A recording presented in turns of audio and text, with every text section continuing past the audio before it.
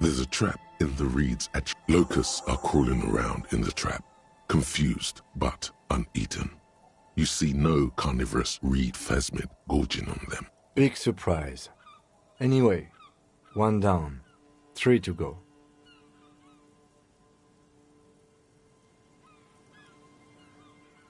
I meant no offense, just...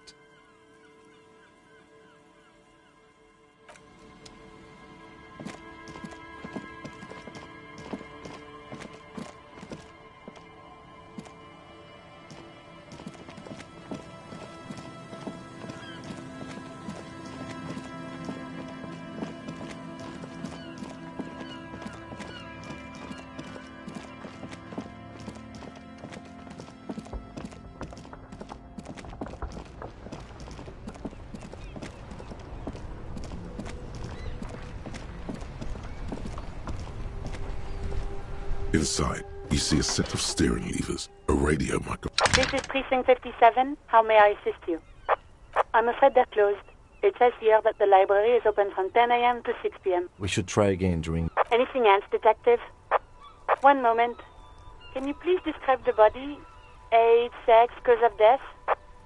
We suspect he might have been inebriated when he fell. There were bottles all around him, and traces of vomit on his shirt. Any signs of violence? No field autopsy necessary. You can hear her quickly typing in the background. What about his belongings? Did you examine his clothes? Any information on the library card? Good. You have a lead. Do you and Lieutenant Kitsuragi want to take the case, or should I assign it to someone else? I have assigned the case to Lieutenant Kim Kitsuragi. Please follow up on this library lead to identify the man. We'll send someone to take the body to the morgue. That's all for now. Thank you for reporting in. Is there anything else I can do for you? 57, over. In the cabin, you see a set of steering levers.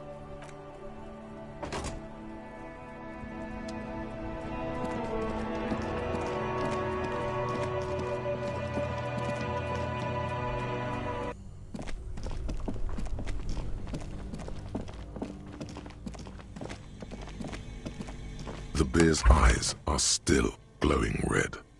It's guarding over the freezing corpse hidden inside its belly.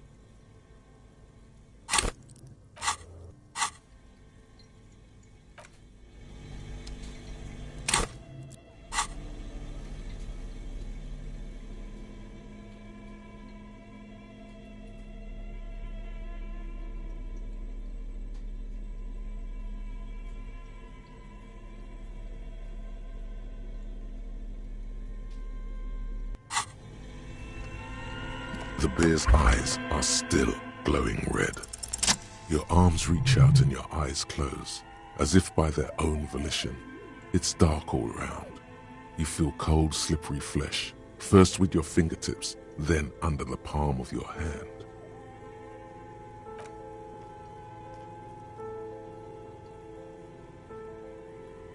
His face, his cheeks, his nose, his fat, swollen lips, like a spider. Your hand crawls over his features. Everything is silent. They are swollen shut. You need to really push to get in. Only the little one fits. The flesh changes shape as you bore in, searching for something in the cartilage. The thing you're looking for, it's not there. Crawl out, spider.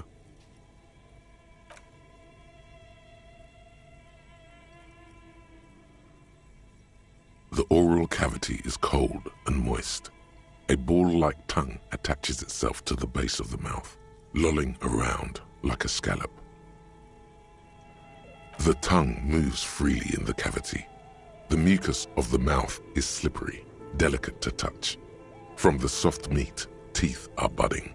Hard pearls of bone in the gums and in the back of the mouth. Can you feel it? You're so close. Rip his jaws open now.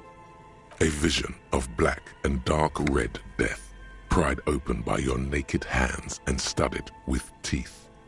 Looks like he's laughing. Death fumes rising from the throat. You see a hole, barely visible to the human eye. It is swollen shut, almost vanished. No larger than 0.4 centimeters in radius, the edges appear darkened. An abrasion collar. This is what we're after. Abrasion collar. A black trickle of liquid runs into his throat from the wound. Your index fits right in there. A tight tunnel of flesh opens up. Tissue damage. Wide enough for 2 fingers. As you push both in, you reach through his mouth, right into his brainstem. Yes, that's what this part is called. The basal ganglia feels clumpy. What entered here has torn apart his reptilian complex. This man will never sleep again. Never wake. Your fingers slide into the remains of his limbic system. There is no resistance. It's gelatinous. The slug-like structures are damaged too. The tearing extends deep into both hemispheres. The lieutenant answers with the sound of his pen on paper. Your fingers are all the way in now, reaching toward the inside. Your fingers reach toward his skull. His cerebral cortex feels like jelly. Cold jelly. Strange, sharp, serrated material. The edges cut right into your skin. Can you get to it? There's a tiny crack. A protrusion in the cranium. Right in the back of his head. Your finger must be pointing straight at it. From the inside, the object that is in there stops just short of the skull, in the encephalus, knocking this tiny fracture into the cranium. We have the makings of a very small exit wound here.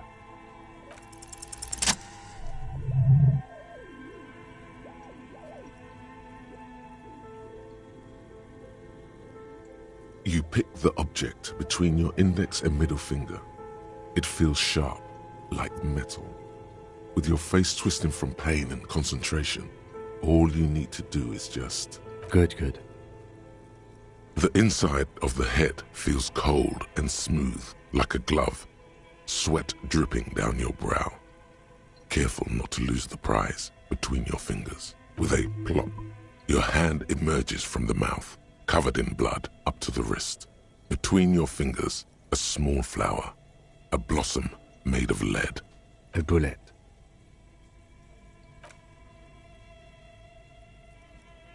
The bullet falls in the bag, leaving a smattering of blood on the plastic. He raises the bag under his eyes and says, A non-calibre. Rifled. Some kind of brittle alloy. Fractured on impact. Of course, you've earned it. We need to add an item to the injury list. Injury number 4. Oval entry wound with an abrasion collar. Soft palate, back of mouth. High velocity. Temporary cavity in brain tissue. Small exit wound on the occiput. How does that sound?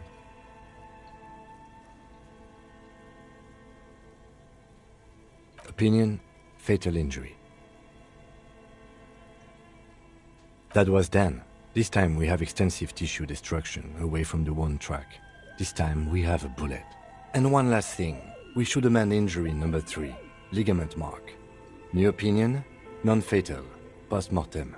Treatment. He's proposing the bullet was the real cause of death, and the hanging an attempt to conceal this fact. Treatment, officer, is an attempt to manipulate the body after death, to hide the real cause with a false cause. In this case, this injury here. Yes, and the belt around his neck, the hanging, even dragging him to the yard. All of it was done after this man was already dead. I did not just come up with this. I've had my doubts since you showed me the tracks, officer.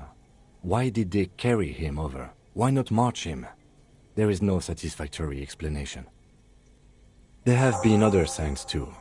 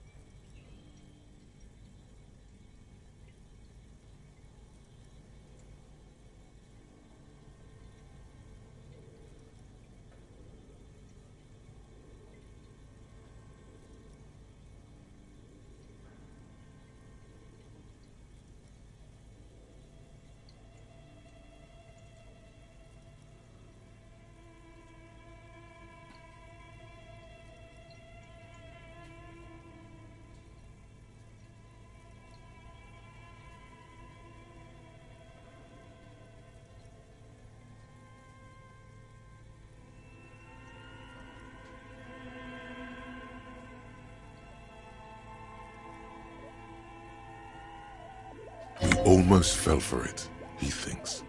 Almost.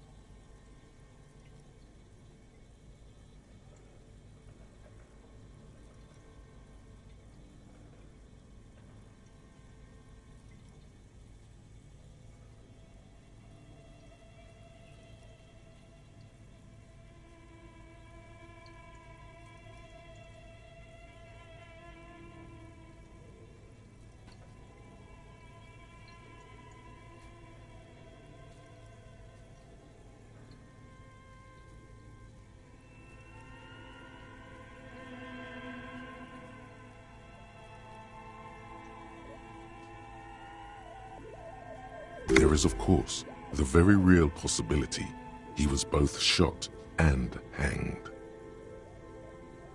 To put him out of his misery? It's possible, but it doesn't explain all the other dubious things here. Lack of struggle, primarily. I may be intellectually sloppy, but I prefer one theory at a time. And this just smacks of treatment to me. That's for us to find out. But this, it will make finding them just a little easier. To hide something. The real killer? The real motivation? What really happened here? Oh, you really do. I am glad to hear you say that. Your room in the Whirling in Rags should come with a bathroom. Be sure to make use of it in the evening. Yes, we should take a closer look at it. I am certain it has more to tell us. This little thing could reveal much about the weapon that shot it. We bag the corpse and carry him to the holding pen of my kinema. I can transport him to processing myself, but I will be gone for the rest of the day. Work on the case, tend to personal matters. Try not to do anything too dangerous. An officer needs backup in a neighborhood like this. I'll leave that choice to you. And one more thing. Great work, Detective. After you bag the corpse, Lieutenant Kitsuragi will leave the party until tomorrow morning. You can do side tasks, and even the main case, but it might be more difficult. Plan his exit accordingly. I thought we decided to leave it to processing. Damn it. This is okay. So you can sneak out of your room maybe, after he's gone asleep. Alright. There go those beautiful enamel boots. You will never own the full set now. Oh well. I will need a little help carrying him. You take the hands, I'll take the legs.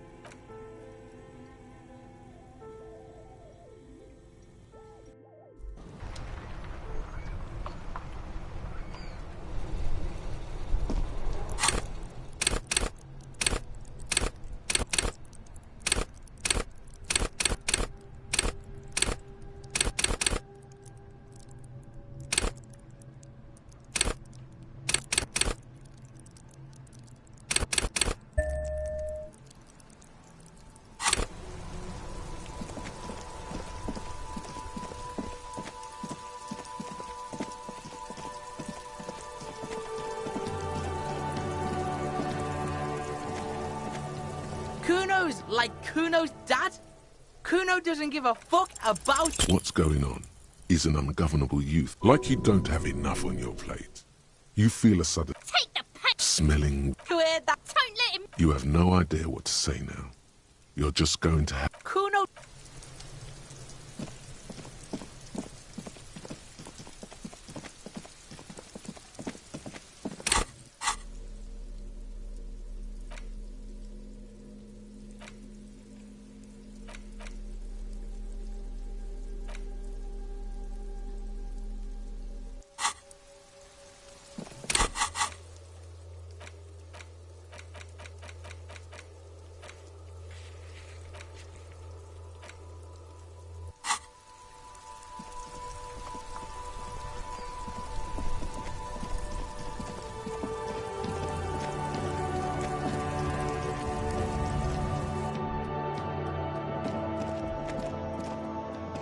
The tear machine step. Your bottles clunk into the machine.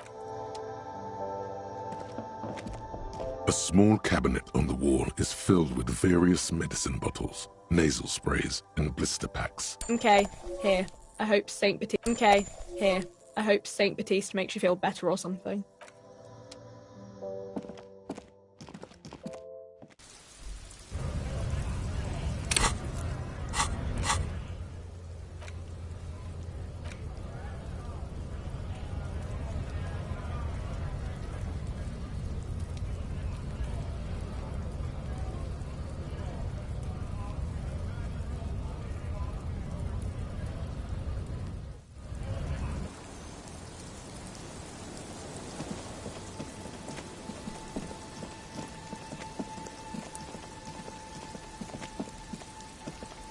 The legend!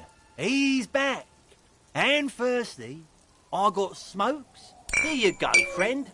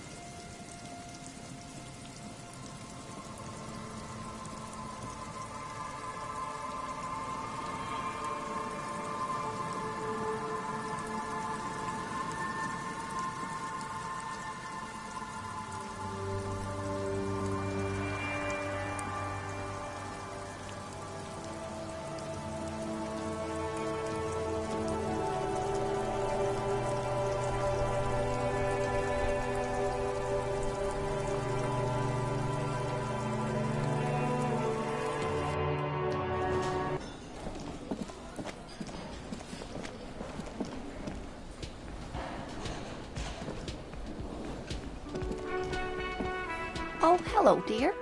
There you are again. Oh, you don't want to hear about some old woman's ramblings. Well, it was summer.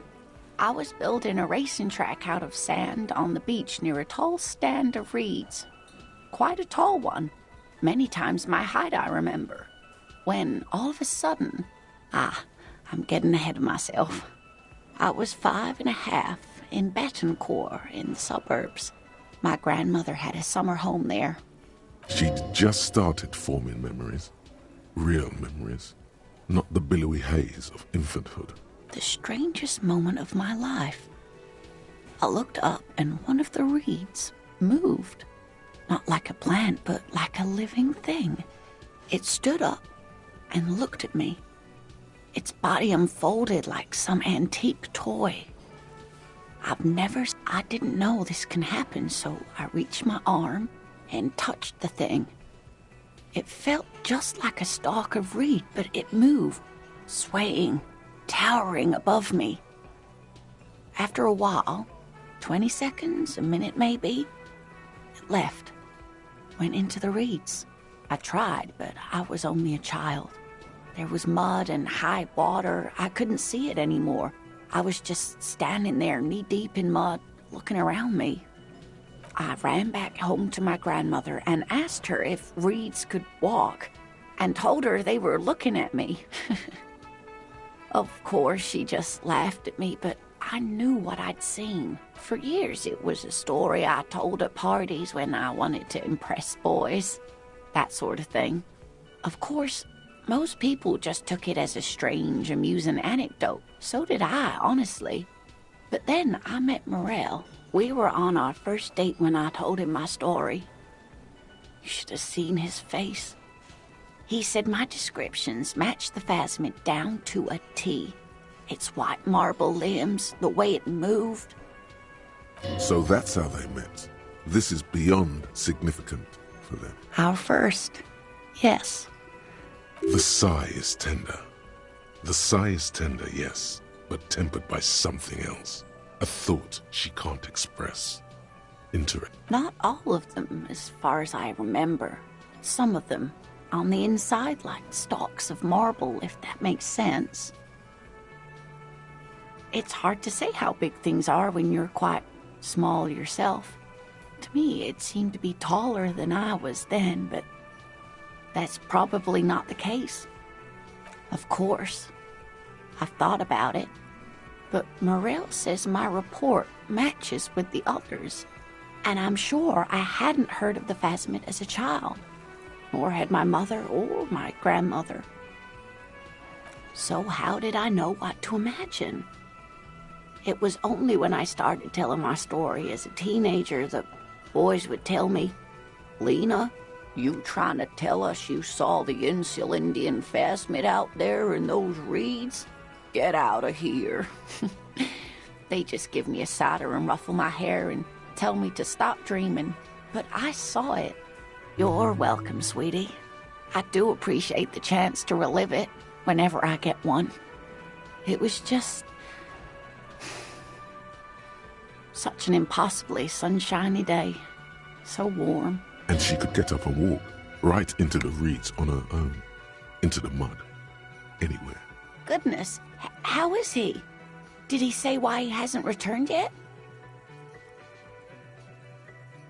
Oh, yes. That's my Morel. He's bound to catch a cold staying out there for so long. But I am so relieved to hear that he's okay. Thank you for putting an old woman's heart at ease, if even a little. You haven't, however. There are dangers out there. Our aging body's foul. Her heart won't rest until Morel. Hey. Well, well. Bringing in that new bird sure made a difference in his attitude. Got the 20 real? Then why are you wasting my time and yours? Another thing. Great. Yes?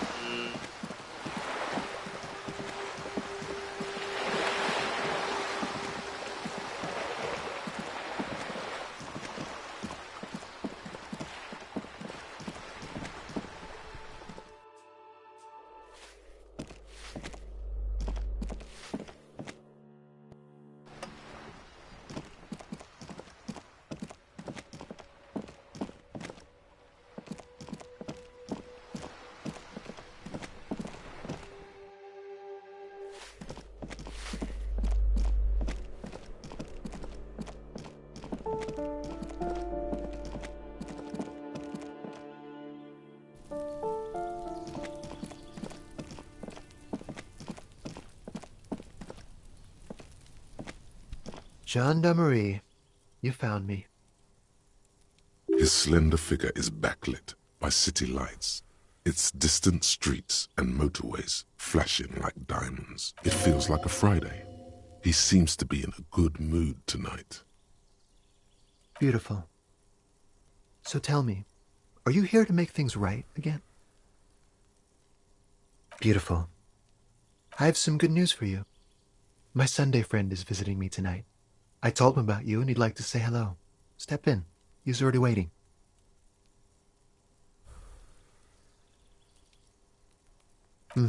That's why I chose this place. Martinez is special, isn't it? Yeah, it does feel like the end of the week. Such gentle weather. Trust me, you do. That's nice, but I don't have anything to tell you. It's my friend you're looking for, not me. He takes another drag of his unfiltered cigarette and looks around. It's getting dark and the neighboring windows have lit up, one by one. Downstairs, a cat crosses the yard, disappearing into the bush. Besides, I've got to run. Something tells you you're never going to talk to an individual this cool or mysterious ever again. Just look at it. It's a beautiful night. Who's going to stay in on a night like this? We'll talk. Just not tonight. Take care, all right?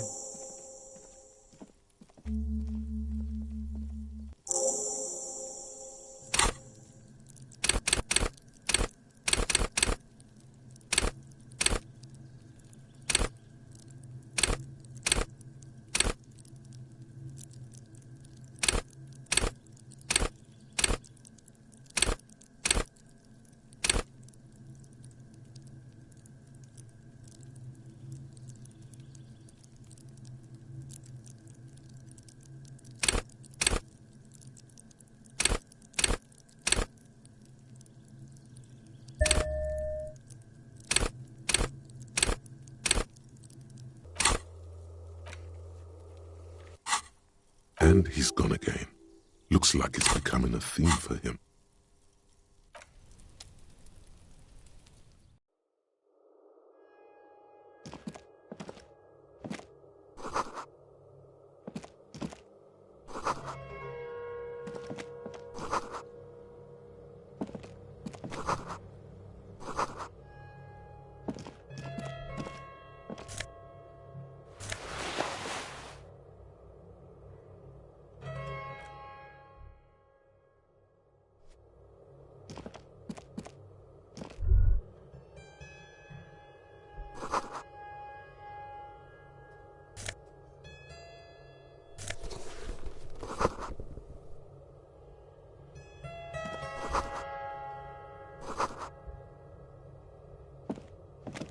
Officers of the Revachol Citizens Militia. His hands are clean and well manicured. This is a man who knows the importance of appearances. My name is Charles Vildrouin, and I am an official with the coalition government. I work for the Institute of Price Stabilité on assignment from Sur-la-Clé. I heard you talking to my friend outside. Very good. Super. I am here to assist you in any way possible. Ask me about the hang.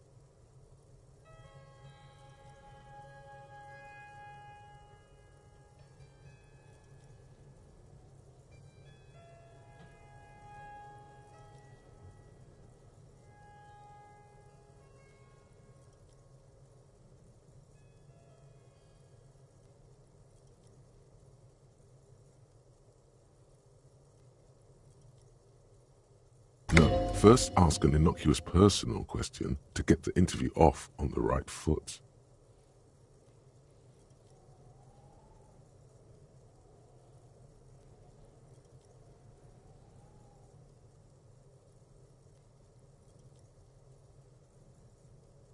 Oh, yes. My friend has a great eye for these things. He refuses to tell me where it came from. It's a mystery. I believe they call this type of frame industrial. It's very comfy. That's really all I can tell you about it. I'm sorry to say I did, officer. Officer, it's very difficult to describe what I saw that night. It was so surreal to me, like in a play. He holds out his hands and blossoms his fingers, like a drama teacher setting the scene. No. I mean, it was so strange. I could barely believe what was happening. I was on the balcony when it happened, getting some fresh air. I remember that first they came in, carrying what looked like a body. And then I saw all the surrounding windows go dead, one by one. That's when I understood. I should not be seeing this. I couldn't see their faces well, and there were quite a few of them. But they were very loud and very Martinez. Let's just say that the laboring classes can get rather expressive with their profanities. I couldn't tell you exactly. Less than 10. Maybe 8? Sound familiar? That matches the prints you observed at the scene. That's a giant you're describing. No, they were all quite human, as far as I could tell. Drummers? Why, no. But then, I don't know what a drummer is supposed to look like. I went back inside. Officer, the yard was pitch black. There was nothing to see, but I could still hear their voices. They were threatening to kill that poor man. All men, I presume. But again, I couldn't see very clearly. I believe they were mostly white, though I believe I saw 2 Areopagites among them.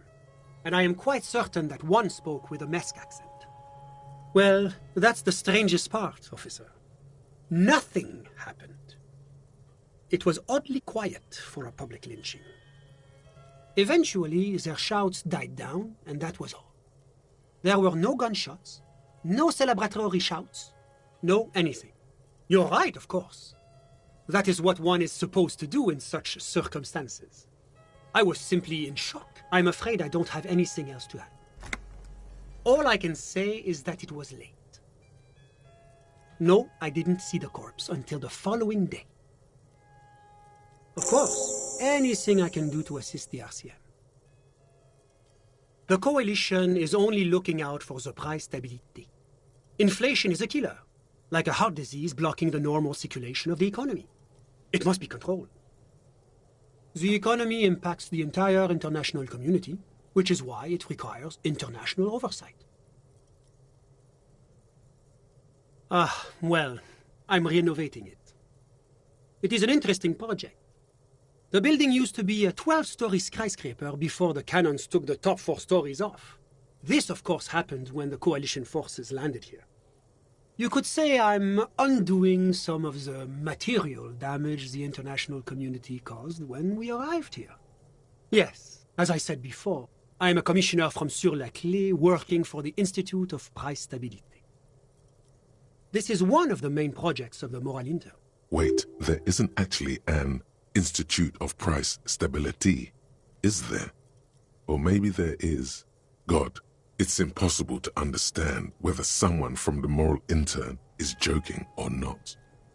La Communauté Internationale is what Revacholians colloquially call the Coalition. In other words, the nations that stopped the disaster of the revolution. It is the most important thing. It's the central goal of any sound monetary policy. Maintaining the price stability is essential to maintaining high levels of economic activity, which is essential for maintaining high levels of employment, which is essential for maintaining the social stability. Take your daily bread, for example. Too much inflation, bread becomes too expensive. Too much deflation, it becomes too cheap for bakers to produce. That's why the Institute of Price Stability works to keep inflation just below 2%. But not too far below, no. Too below is also bad. Below, but close to 2%. The Coalition believes in the importance of informing the public about the benefits of the price stability. Transparency is one of our principles. Would you like an informational pamphlet? A sound monetary policy is essential for addressing uncertainty. Stability is the raison d'être of the moral intern. It's the reason why I identify as a moralist. But oh, I don't have my leaflets on me today. That's too bad. You can always call our information line. Making information available is part of the moral intern's commitment to transparency. It's the International Organization for Moralists, hence Moralist International. The Institute of Price Stability is just one of its many mind babies, as is the Coalition. But of course, well, do you value freedom? Do you believe in a normal, stable world governed by democratic values? The Occident is part of the normal world. Oranje, Sur-la-Clé, Martinez? No. Martinez is something else. Rivachol is generally difficult. It's led by an interim government, which means it hasn't yet achieved full democracy. But they are working towards it. You're all doing very well here, relatively speaking.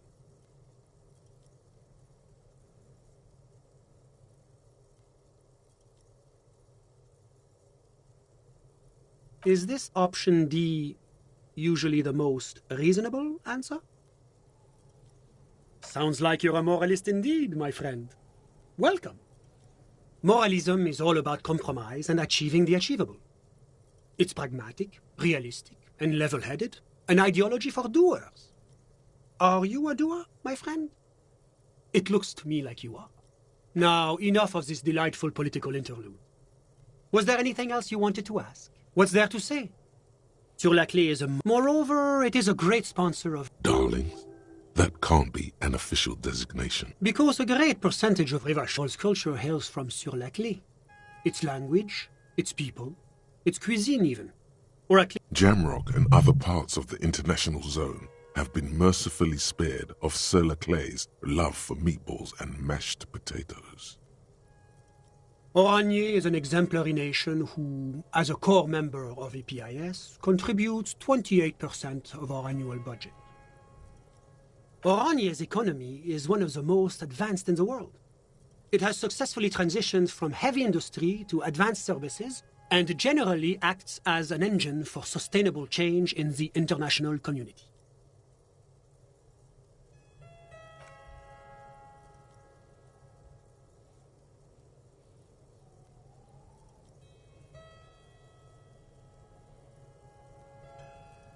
But that didn't tell you anything about Oranje.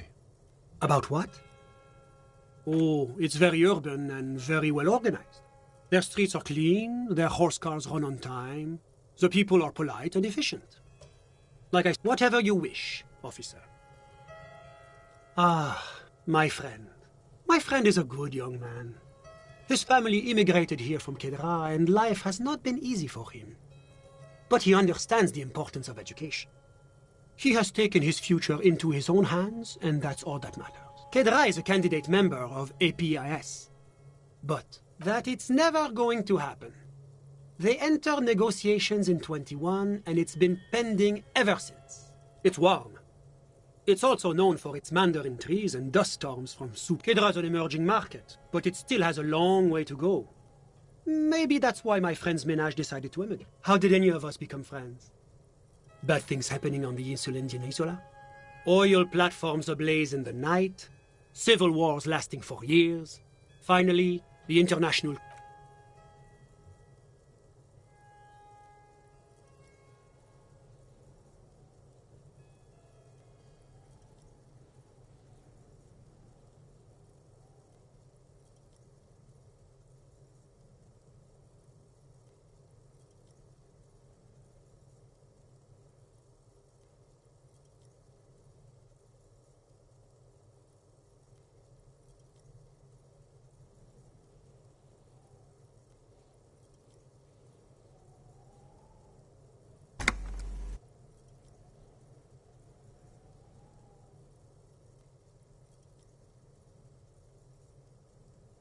One of the wonders of democracy is that everyone is allowed to have his own opinion.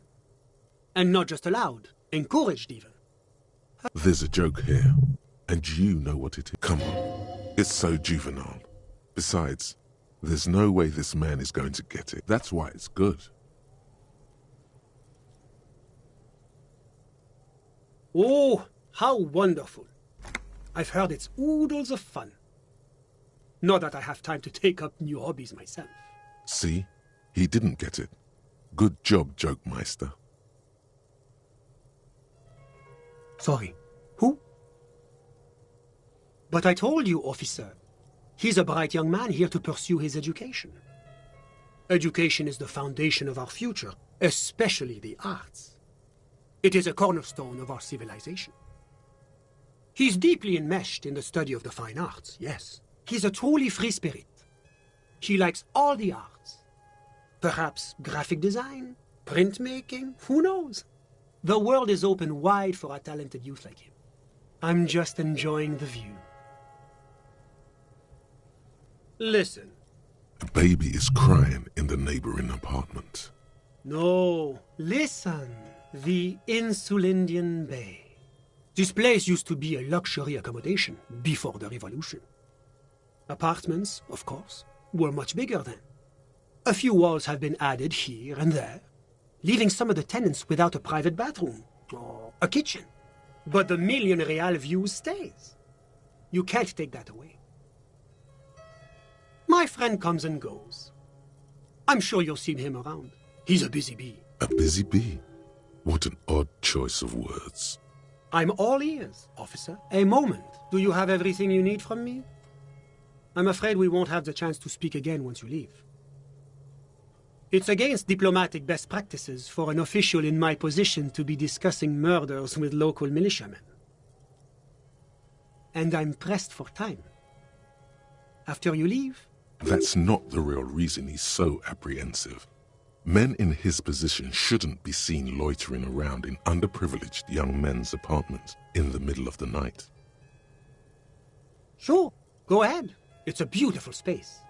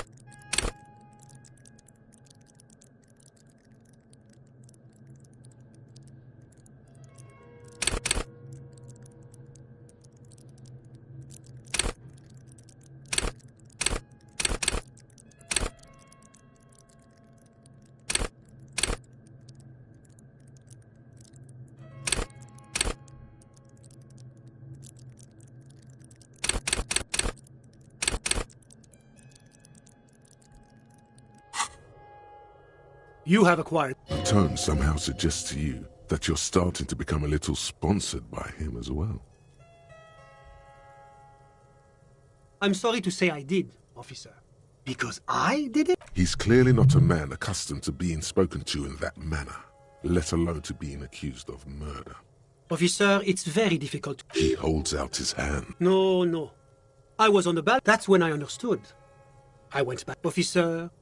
Well, that eventually, I'm afraid I don't... All I can... My watch. Yes, now I remember. It was 30 minutes past midnight, give or take. No, I didn't see the corpse until the following day. Of course. Of course.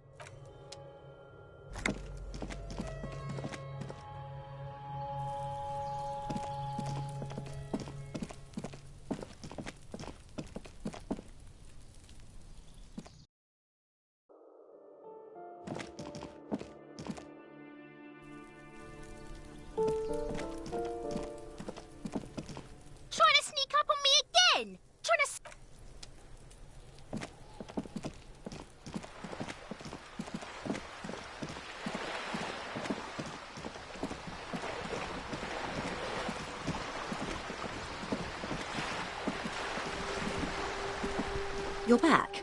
Good. What can I help you with?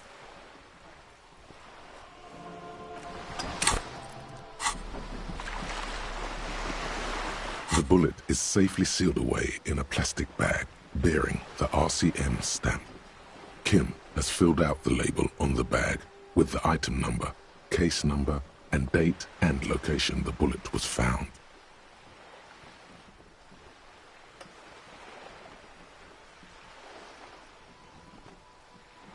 The squished little thing has no idea. I know. You should find the gun that shot this bullet.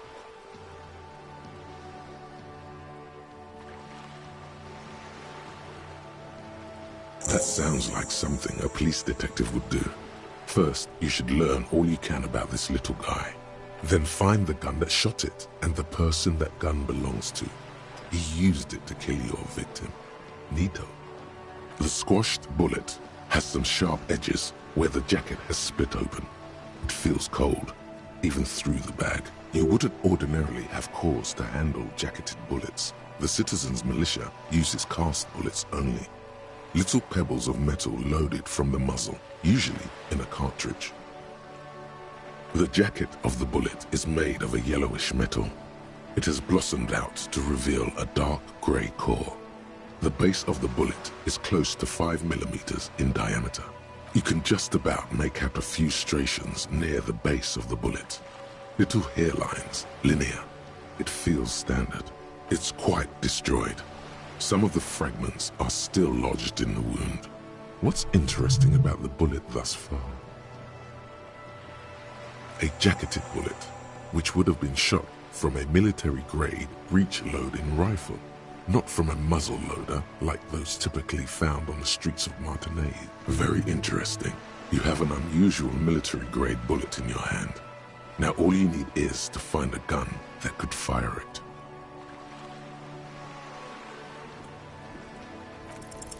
You can't remember what happened last week. What makes you think you're going to remember arcane firearm models?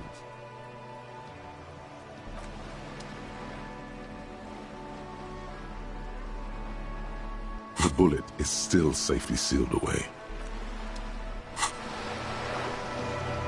You're back. Good. What can I help you? More lessons in basic reality? My favorite part. Are you sure you're sure? Your colleague seemed adamant. Okay. The Pale is the most dominant geological feature of the world, Detective. The separative tissue between the islas. It is the inter-islary mass. Isla is a Messinian word for a continent of matter, enveloped on all sides by the Pale. Also, isolation, or landmass. We used to believe there was only one. In the last 4 centuries, we have discovered 7. Muindi, Seol, Samara, Ilmara, Grad, Katla, and this, Insulinde. An oceanic isla. It comprises mostly of water. Muindi is the largest, Katla the coldest, Insulinde the bluest. What can I say? Each is perishing and dear. Achromatic, odorless, featureless. The Pale is the enemy of matter and life. It is not like any other, or anything in the world. It is the transition state of being into nothingness. The negation of being. That's right. The negation of being.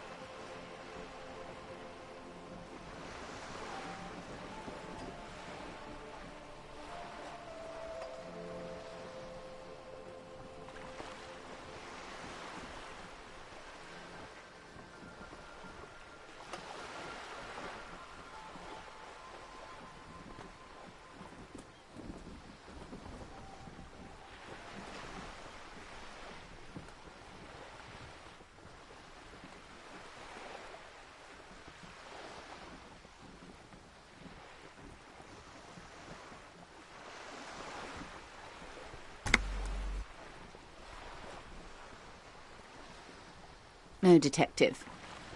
We're safe. It begins there, 6,000 kilometers to the north, and even more to the south, east, and west. You are in the middle of the Isla. An uproar of matter, darling. Rising into the Pale. Rolling. Evaporating even. A great vision. The area of transition between the world and the Pale is called Porch Collapse. Imagine a grey coronal mist. Cold vapor marked by spores of an opportunistic microorganism. A mold that's adapted to grow at the edge of the unrest. It's the most disco thing you will ever see. It's difficult to describe, or even measure. Something whose fundamental property is the suspension of properties. Physical, epistemological, linguistic.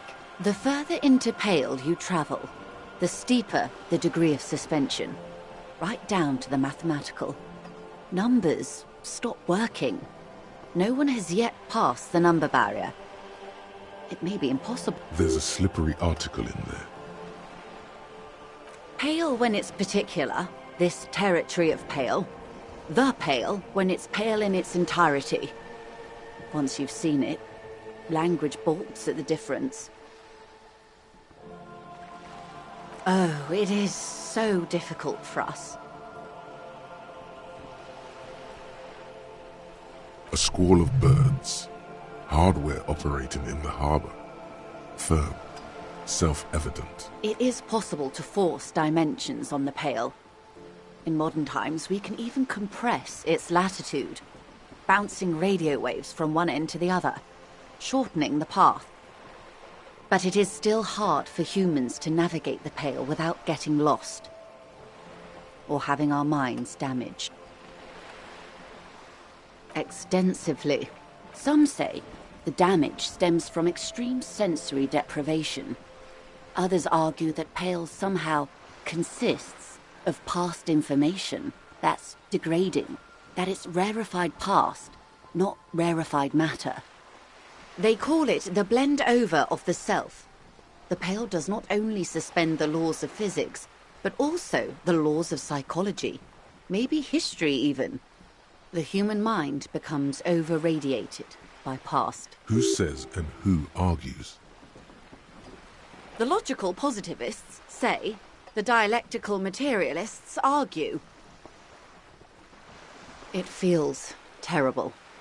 Absolutely terrible. International standards strictly limit civilian travelers to 6 days of Pale exposure per year.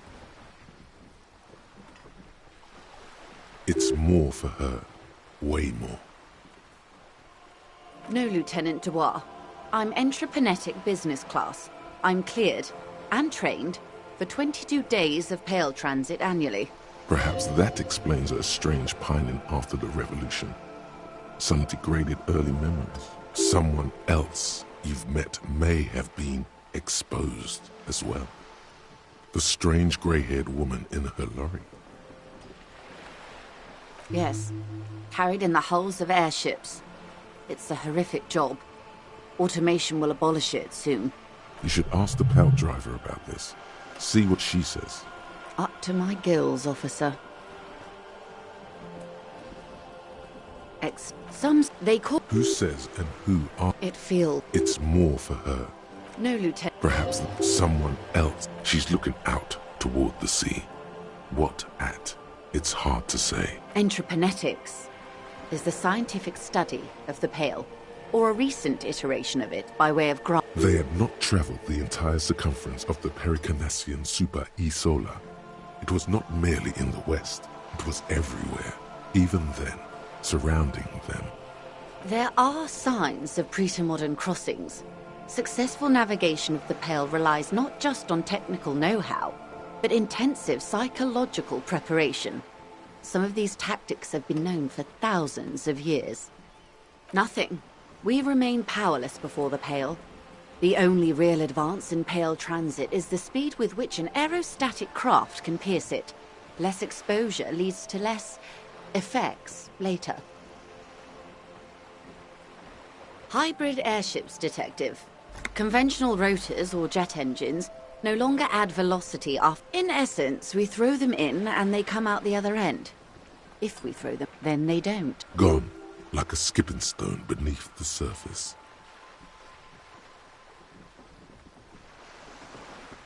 The pale outweighs reality 2 to 1. There is more pale than there is matter, and the ratio is slipping. What do you think, Detective? Oh no, Detective. It's not. One of the few measurable effects of the pale is that it is expanding at an unknown rate. An intuitive conclusion of that development is that one day the pale will cover everything. But this sort of talk is mostly left to extremists. Most people, and indeed most private and government sector organizations, I suggest you do the same. It doesn't look like you're doing the same. The suggestion was meant in earnest, What do you think, Detective? Precisely. An intuitive conclusion of that development. Most people, I suggest, it doesn't look like you're doing the same. Yes. Is this the first time you're hearing this? Do you really not remember anything?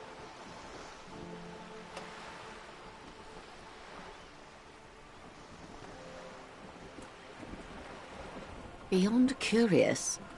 Tell me, what do you think of the pale?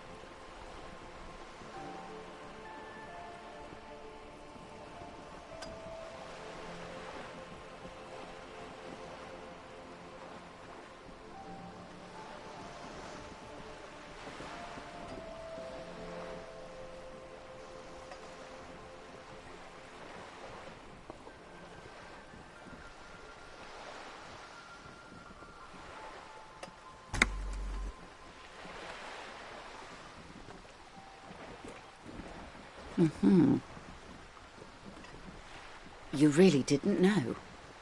This does not spell good for the investigation, Detective.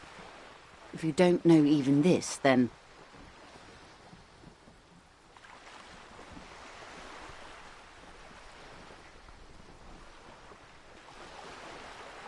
I hope so. I truly do. If I may suggest, hold on to your colleague, Kitsuragi. I ran a check on him and he is very competent. In the meanwhile... Some of that assurance is meant for herself, as much as it's meant for you. She must have a lot on the line here. You have me. I will assist you in any way I can, even if we have to do it one basic term at a time.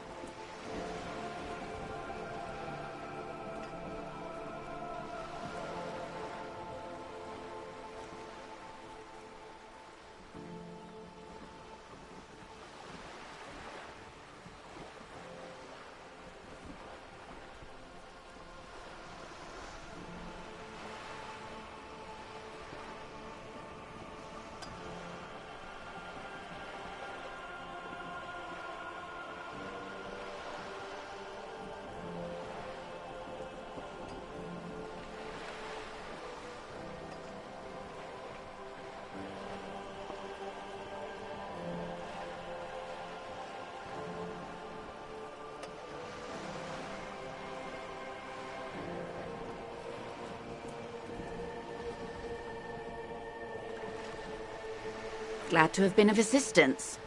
The little that I know. Anything else?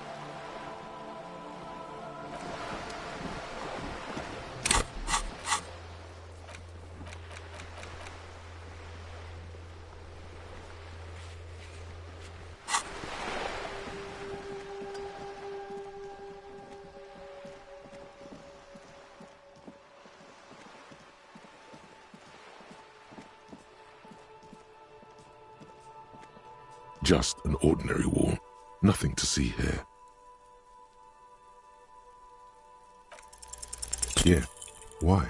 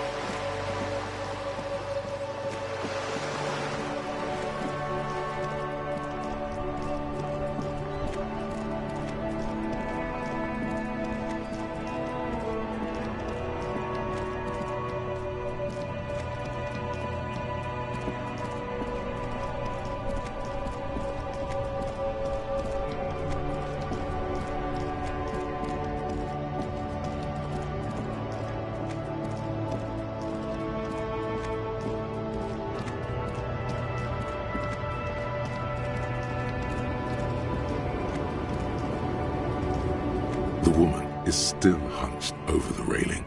Her head... Huh? What is it? What do you want? And what is that? Oh, meu Deus. The lawman solved the case. And here I was, thinking you were an idiot. So, are you? An idiot? Republica. A filterless cigarette from Mesk.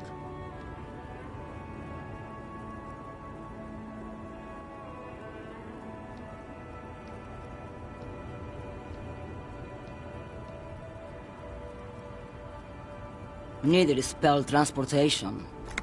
Life is transitory. Like Gabriel Buenguerro in Segúreme, Paraíso. You're the opposite of me, then. I remember everything, even the things I never knew. The smell of liquor on Gabriel's lips after the shoot, in the motor park. The roses on the day of Franco Negro's coronation, on the grand stairs of Ryle. The smoke from the Fowling piece, when Dolores Day was shot. The look on her face, like an orgasm. The wound in her chest, my hand in my father's hand. Except I never had a father, and I never shot her innocent Dolores Day. Heroic doses, Hervé, heroic. Thought insertion, dithering. The Grad Catalan Magistral. It's more than dangerous, it's sad. But at first I had to make a living. Now, when you've seen it all go away like that, rolling off like the sea, and then come back to this...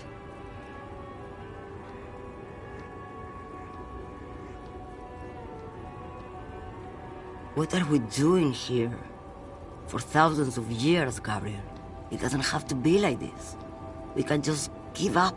We can just become a vapor. Like looking into the ocean at night. In the dark. You cannot see it, but you know it's there. And it's big, bigger than anything. Bigger than all the other things combined. Nothing. Until it starts. When you are deep enough. Then, for me, it's like autumn. Dark, grey and orange. The orange of street lights and the color of streets in the electric light. It smells like autumn too. It smells terrible. Nostalgia. Cooped up in the cabin, shaking. Terrible nostalgia. For yourself. For humans. It's too much to bear. She loves it. In the belly of an airship, behind the cell windows. So you don't look straight into it. It's not advised to look into it. No, the same one, a roller. They all are nowadays. Special wheels for connecting to the floor of the hold. The wheels all small and round. Multi-axle trailers. Yes, No elaboration.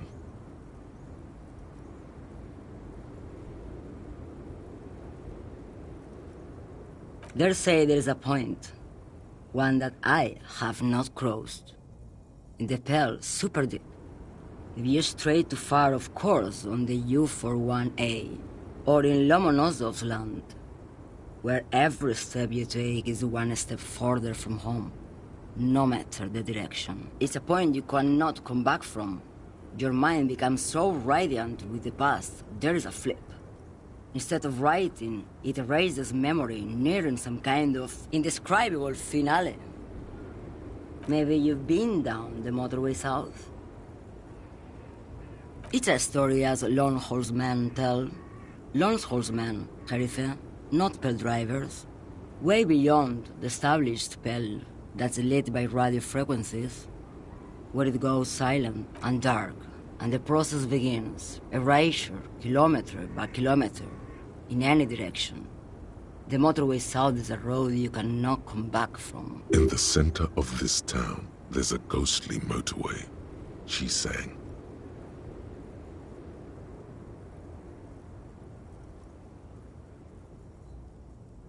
They say I've been away on a kind of holiday. No one knows what's at the end. I've only glimpsed the beginning. I've only felt it in the distance, when I was a child. A child growing on the leg. Josiane. There is nothing more to do now. She's far away. She is receding, in the clutches of some indescribable scattered emotion. A child, descending.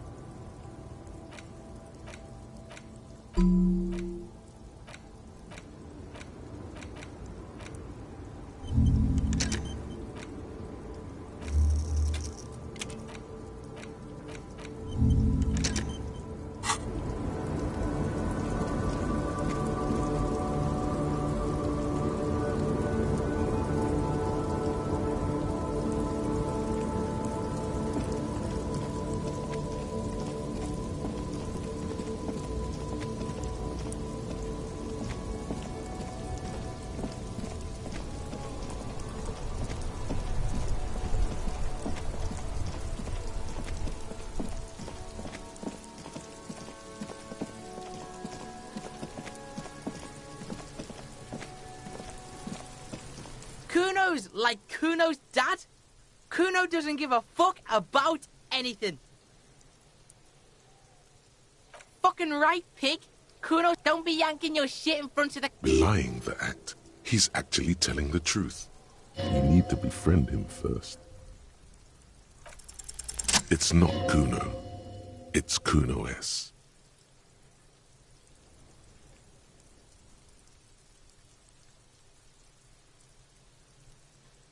fuck you whispering about? He's whispering too. He's going with it. But watch what happens. Fuck you whispering about? She puts extra stress onto that word, expecting it will make you uncomfortable. If Kuno wants to whisper, he's gonna fucking whisper, okay? Let's whisper, pig. This is it. You've got him. But be careful. You can still fuck this up. Don't make Kuno look bad in this. She's not fucked up. Wrong move. But he's whispering still. You haven't lost him. Just don't mess up again.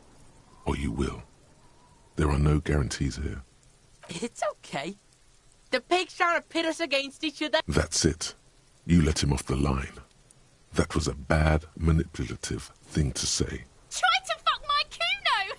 Try to fuck my Kuno away! Me and Kuno are tight. We ride for life. You were too pushy last time. Think this through. Try to really understand the psychological bond Kuno has with Kuno S. Just look. While Kuno has no problem being near you, she always hides behind the fence, afraid for her life. Like she's done something very bad. She came up with that psychopathic scheme of screaming for help before. Kuno just wanted to talk to you about his name. Kuno S was the one who wound him up and directed. Also, Kuno hasn't stopped talking to you, even enjoys it from time to time. When you talk to the other one, it's like talking to a cornered animal. She only hisses and says murder was the case that they gave her. All in all, Kuno respects madness. You cannot hope to outdo her on that front. You must win yourself a few minutes with him alone. Kuno S is by far the worst of the two. Kuno has no problem being near you. She came up with that psychopathic scheme of screaming for help. Also, all in all, Fuck you whispering about? He's whispering too. He's going with it. But fuck you! She puts extra... If Kuno wants to whisper, he's gonna fucking whisper, okay? Let's whisper, pig. This is it. You've got him. But be careful. Crazy? You don't know the half of it. She's not crazy. She's insane. Dangerous. She's smoked a man. She's done people in. Probably even pigs. Stop talking to him! Kuno, I'm fucking warning you! You're gonna get us into shit! She understands what you're trying to do. Yo, see? Did Kuno not tell you? Kuno told you. Kuno talks to whoever he wants. Talk, pig. Kuno's got it under control. You did it. They're separated. He's even turned his back to her, so she can't read his lips. Kuno means she killed someone. That's right. She's a killer. Like, actually a killer. His little green eyes are fixed on yours. He's meant everything he said before, but right now, he not only means it, he is sincere. Are you getting this? You think I'm fucking telling you a joke here? How hard do you think it is to kill a fat ass? Sweet talk him, then knife him. She's probably killed a pig too. I mean, I'm pretty sure she has. Forget Kuno said that. Kuno was just shitting. Kuno was just running his mouth. Kuno's stupid like that. A cop would be too large for her to overpower, but a determined child of her size can still kill the vulnerable, the elderly, the homeless, or other children. The creature peers at you both from over the fence. There is something searching in her eyes. Kuno falls silent. He does not look at you when he replies. Kuno, that's it. That's what Kuno is starting to think, yeah? He usually looks you straight in the eye. A little something just crumbled there. Yeah, she would have liked to fuck him up, but she didn't. Kuno wasn't around, and C was with Kuno. Look, Kuno's gonna put you at ease. We didn't do it. He speaks the truth, my liege. Yeah, she's psycho. None of that kiddie psycho. Cat burning shit. She does the real deal. Snuff radio shit. Believe me, pig, You don't want to know. And he doesn't even want to think about it. This isn't just another boast. Fuck knows. She says it's the Song of Air people or some shit. Crazy people. The fucking Nakis. I don't know. Sounds boreal, like something from the tundra and tiger-covered Cutler, Isola. Far, far away from here. As far as possible, really. You mean evil little red-haired people like her? Yes, they do. The Suruese have that ginger gene. Suruese? Like that man from Helmdall shit? She could be. She could be that Helmdall shit. Revachol does have a small Suruese community, or she climbed into a yakberry crate and was shipped over accidentally. Fuck no, she's not me sister. She's just a stray who got in, like a mad dog or some shit. Yeah, she was just there. What was that, Kuno? She was in the hallway, dripping wet, by the fucking shoe rack, in the dark. Yeah, that's the place. She was just balled up near the closet, psycho style.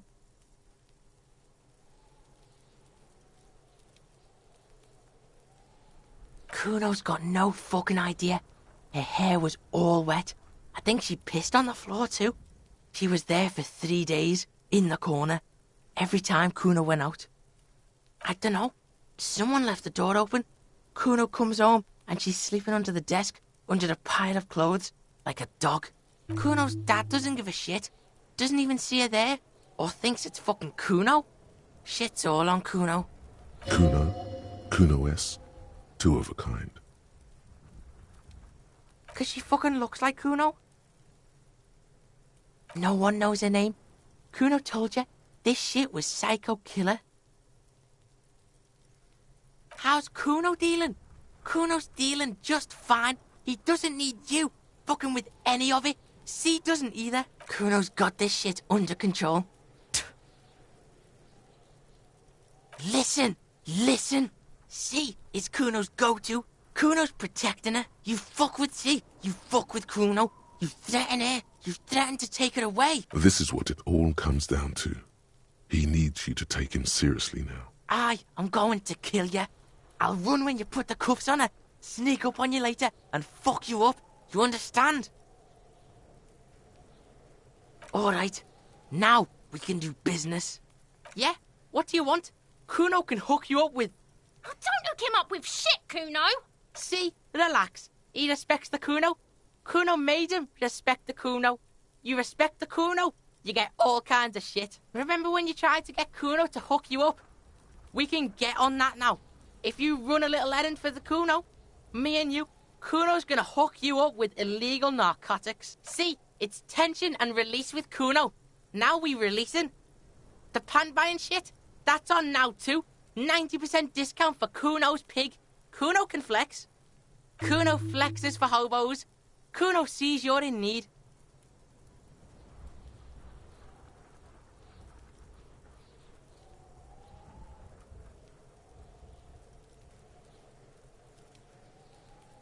Kuno gets it from his dad.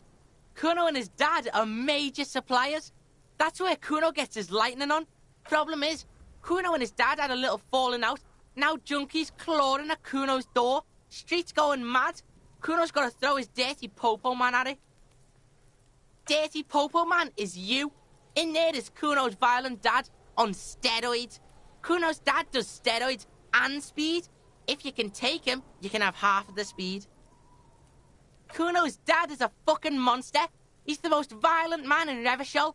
He doesn't give a shit about a single thing. He drinks too. Are you sure you can take on the most violent man in Revachol? In your condition? Kuno's dad is a fucking monster. He's... Are you sure you can take on the most violent... Like half? A baggie? That's half a gram, sir. Yeah, half a G. Want it or not? Fuck you talking about half a G? You can barely see it, because there's barely any. Okay, Kuno's listening.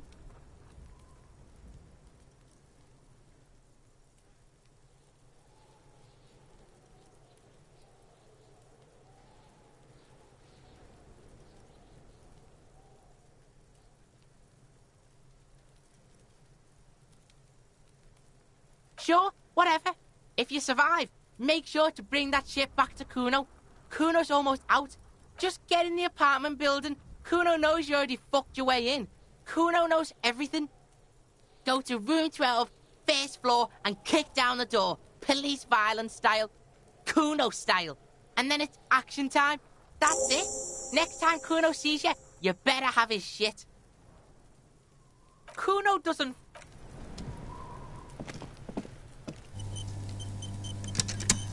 I'll die before I squeal, pig.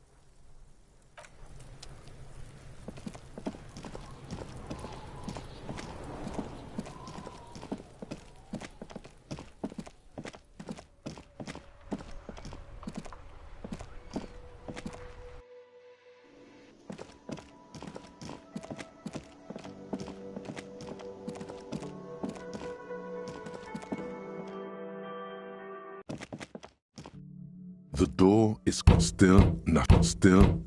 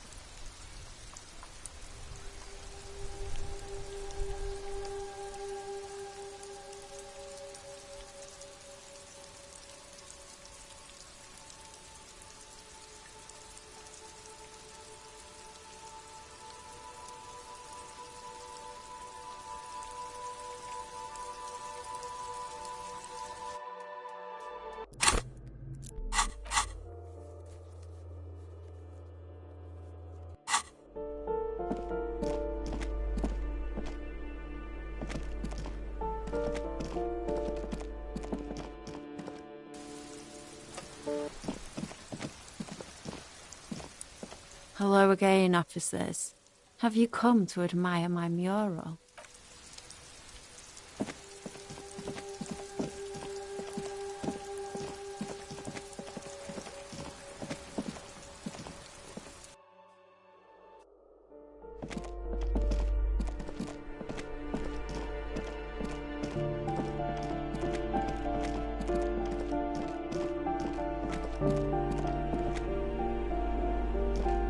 A shabby door hangs oddly on its hinges, secured to the doorframe with a safety chain.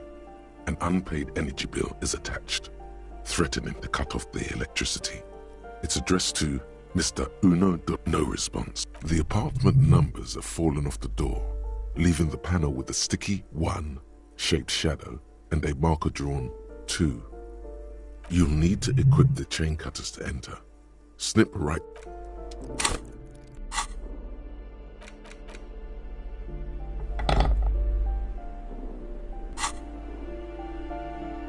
A shabby door hangs oddly on its hinges. It should be easy, but it's just an stupid chain.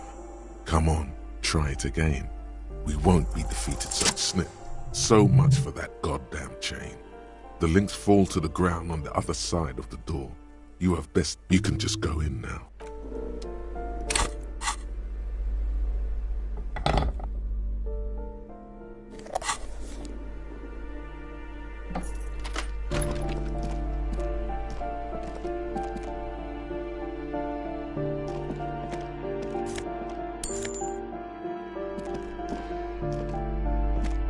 A phone book lies open on the table, covering a stack of utility bills.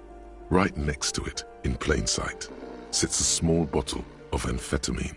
Conveniently, you pocket the bottle as if it were the most natural thing in the world.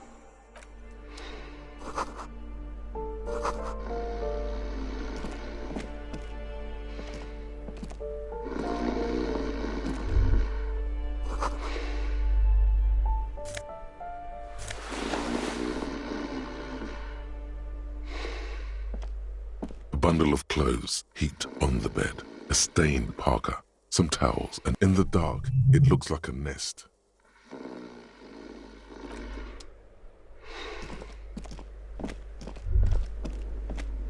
Master Investigator, you just can't keep yourself away from locked and hidden places, can you?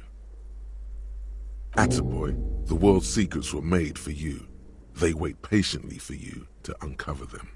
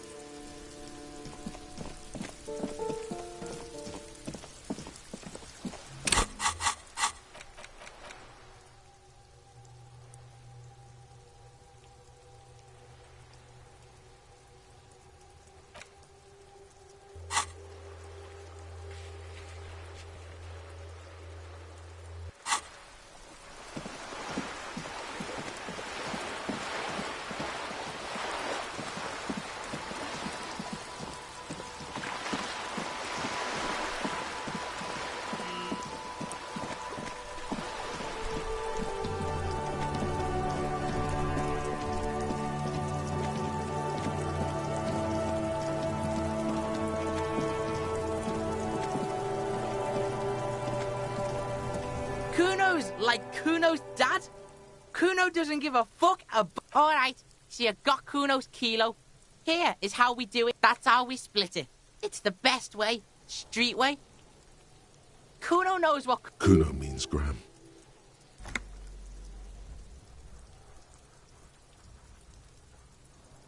Wow, that's heavy.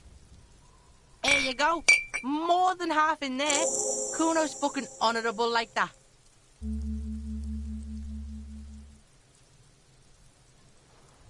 Now tell me, how the fuck are you still alive, pig? The fuck do you know about Kuno's life? Yeah, we got plans. Yeah? How are you still standing, pig? You sneaked past him. You got lucky. Kuno's dad was out getting more drink. Kuno knew that. That's why he sent you. Yeah? How are you... What? His posture changes. The swaying rooster motion stops for a second. Then he... Fuck right. Kuno's dad was sleeping like a bum. Kuno told you. Kuno's dad doesn't give a shit about... You got lucky, pig. Kuno knew this. Kuno's fucking violent fiend dad's been drinking hard lately. Kuno knew you have a way in. Narrow... Kuno window.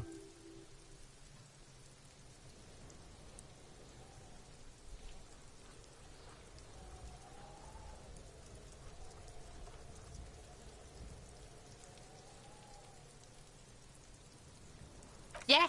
Kuno's dad is fucking nothing. Fucking coma shit. Kuno's gonna have one too. Gonna be just like Kuno's dad. Speed shit. Crime shit.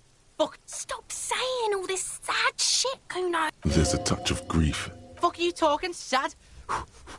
Kuno's got hard shit. Death shit. Nothing shit. Get your fucking nun ass out of here before Kuno fucks it dead. You think 'cause you brought Kuno 1 gram of speed, you turn into... Kuno ain't turning into shit. Kuno is that shit. Kuno won! Oh, you won, Kuno! He did not win. There is a crack in there now, and it's spreading across the face of his certainty. Yeah? How are you... His Fuck right, you got luck. Kuno window. Kuno's not fucking trying to be tough. This shit is Kuno. Stop. There's a... Fuck you talking sad? Kuno's got hard shit, death shit, nothing shit. Fucking trying to talk about Kuno's dad, then can't handle it. Typical shit. Yeah, so fucking what? Fuck are you talking to Kuno about that kiddie shit? He's trying to fuck you again. Fuck out of here. Kuno knows it's fucking lame. That's why Kuno changed it. Kuno can change his name into anything. Gonna change my name into... Don't change your name into that, Kuno.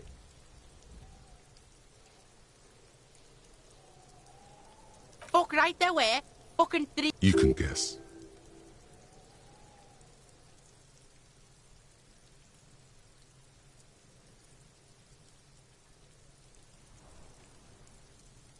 That's right, it's a shithole. Kuno's gonna move underground, Leroy shit, ancient shit. Kuno's gonna live in a fucking catacomb. Yeah, in a tomb, Kuno. Yeah, pig, this shit is done. Now get the fuck out of Kuno's face. Yeah? Yeah, whatever. The fuck about it? You're Get lost! The fuck do you want? Good call, pig, my Kuno.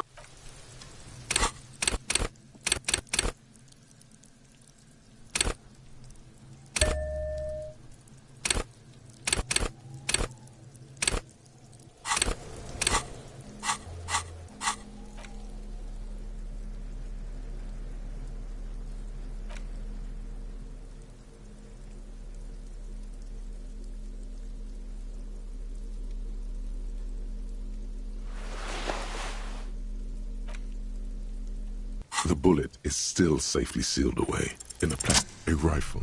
Revolutionary period. Your bullet looks to be an old 4.46mm from the surplus left over from the turn of the century. Probably an antique or a retrofitted antique. The 4.46 caliber was widely used with the Belmargrave rifle, a Revacholian manufacturer. The BM dominated the battlefields of the Insulindian theater of the anti-centennial revolution. Incidentally, you have just such a rifle with you, the dusty old thing you found hidden in the basement below the commercial area. It's unusable, sadly. If it were, the bullet would probably fit the chamber. No, but Zeliger, a major firearm manufacturer, ended up with a surplus after the war. So, antiques enthusiasts, guerrilla fighters in distant countries, a few lucky jamrock bangers, you're looking for the same thing you found in that hidden weapons cache, only in working order. Back at the station, the lieutenant is standing at a counter, diligently filling out paperwork to hand over to a tired records. You should share your findings with him as soon as possible.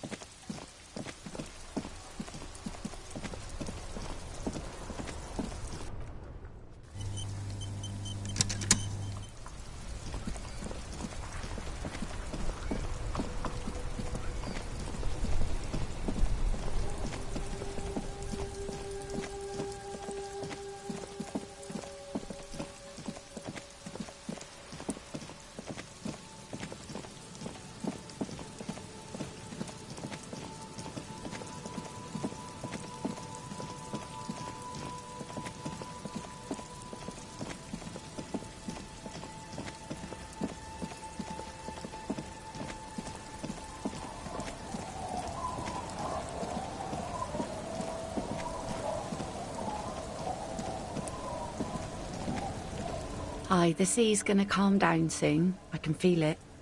The wind is turning southeast. What's on your mind, officer?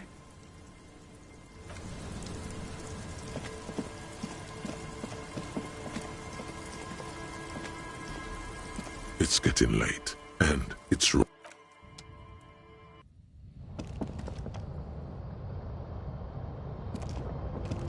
On the table, you see a bowl of water, a rough soap, and next to it, a small hand mirror.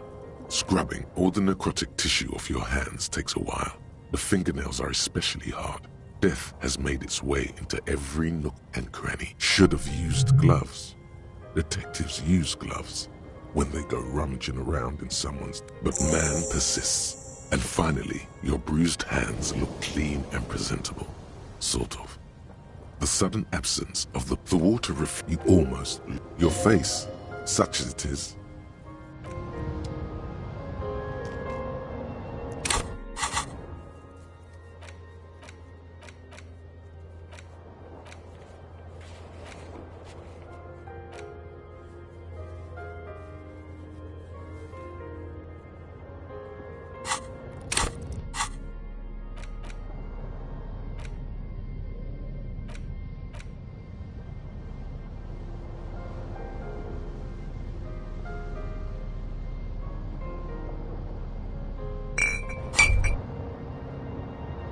Now that you've acquired some stimulants, it's time for a little pick-me-up. Time to detect. See? That's your problem. A lack of confidence. It's not ideal, no. But you need the zeal. Let's face it, you're never... You raise the bottle, close a nostril, and inhale furiously. The rush is almost immediate. It tastes bitter and caustic and stings a bit inside your nose. Now the taste is slowly receding into your throat. The rush is growing in intensity. And, let's be honest, there's a little chest pain. You could work with this high. Like, literally work. Solve the case. File some papers. Maybe clean up your hostel. Whoa, this shit is strong. This shit is disco. To this, you kid, there are massive downsides. Spring. In the bottom right corner of the screen, there's a speed button. Speed gives +1 to motoric skills. Perception, reaction speed, hand...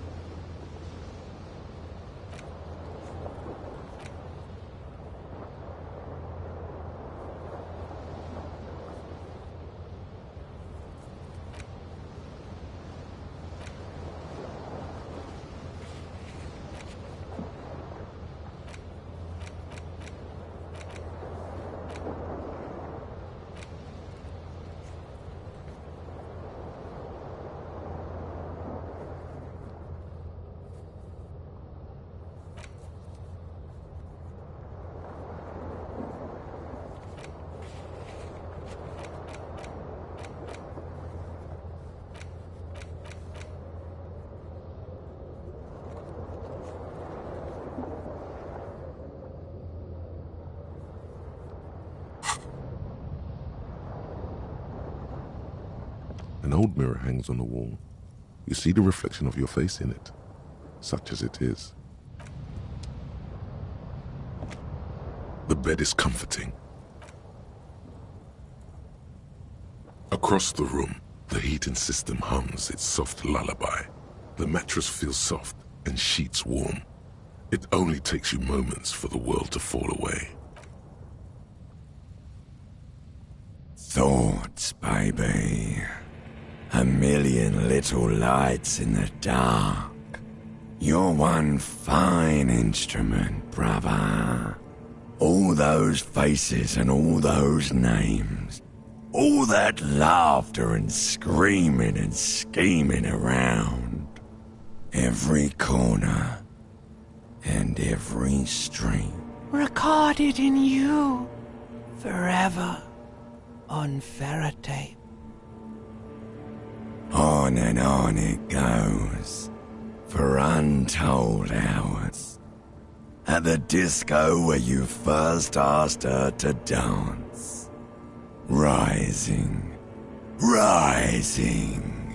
above the dark curvature, the great wingspan of sleep, studded with stars. Behold, there are millions of them down there.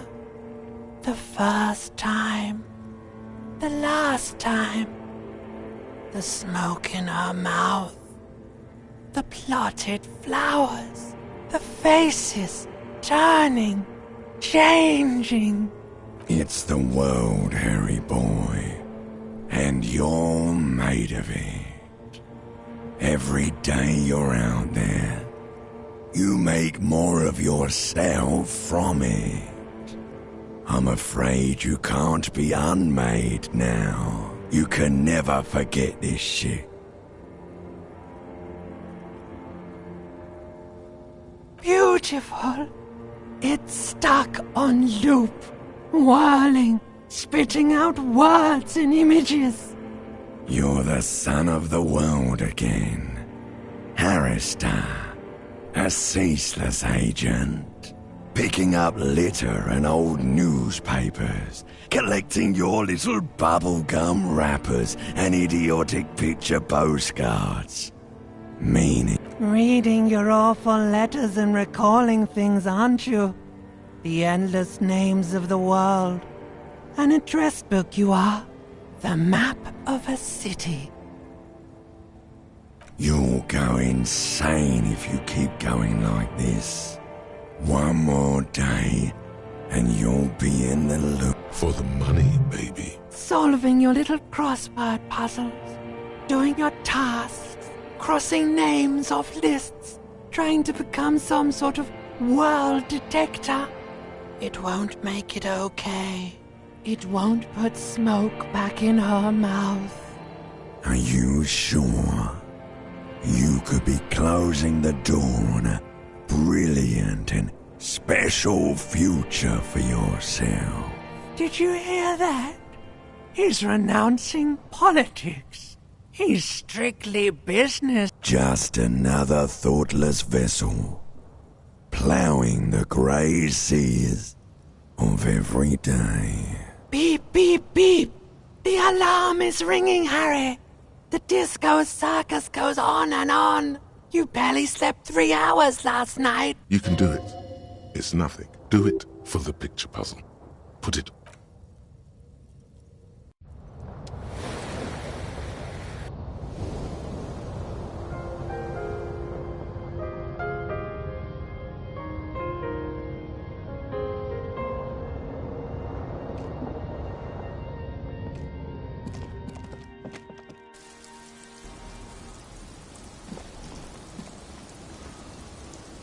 Yes?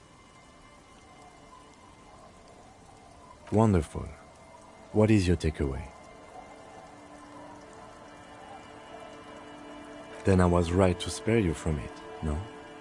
Anyway, the pill is no more terrifying than, say, water or death, or that we are stuck behind our eyes for all eternity. Excuse me, large topics are not my forte. You seem stable enough. Keep it that way. Now, was there anything else, or should we get to it? What do you want to know? Good. No response. He's having trouble processing. A moment passed. What about me? Good. Excuse me?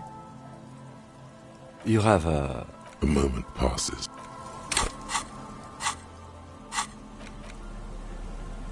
The bullet is still safely sealed away. Okay. And? An antique. That makes sense.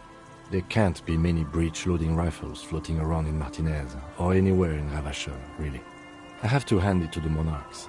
It's quite admirable that they took the advice of criminologists last century and banned the use of breech-loaders in peacetime. Some new RCM recruits get impatient with their muzzle-loaders once they've trained with military-grade weapons, but they realize it's worth it in the end. Prohibiting peacetime law enforcement to front-loaded rifles is a policy enforced by the Moralist International in all the nations of the Real Belt. Imagine if everyone, cops, citizens, had access to firearms that could shoot multiple rounds without pausing to reload. After the first shot, the second, third, and so on come much easier. But back to the investigation.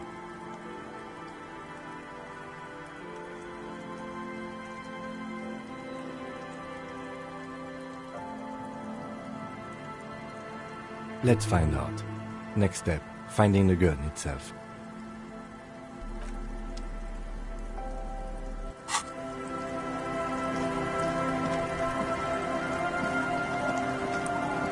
Our tenant, the policeman.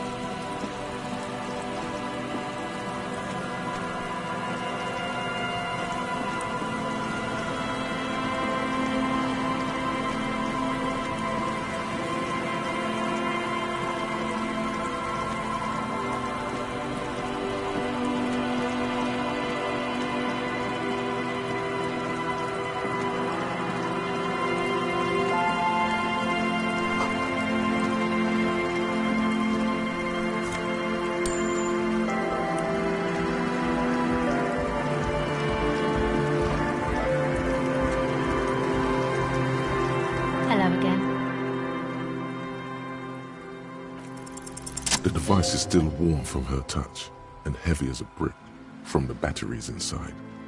The company logo, Omicron, adorns its yellow plastic cover. Inside, the tape is rolling. The girl looks at the device in your hands. She looks you in the eye, her pupils wide, surrounded by a ridiculous amount of makeup.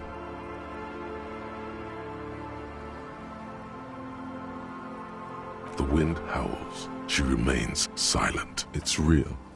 Tell her.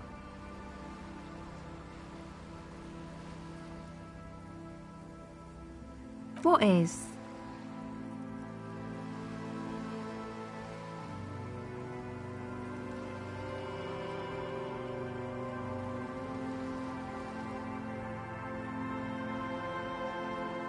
Okay, I'll stick to it.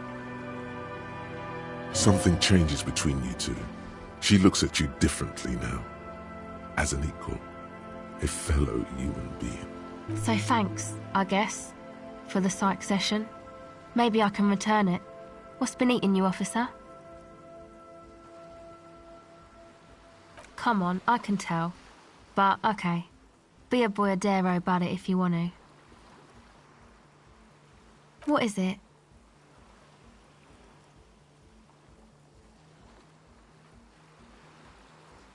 Oh, really? So, the thing that's been eating you is the slow pace of social progress?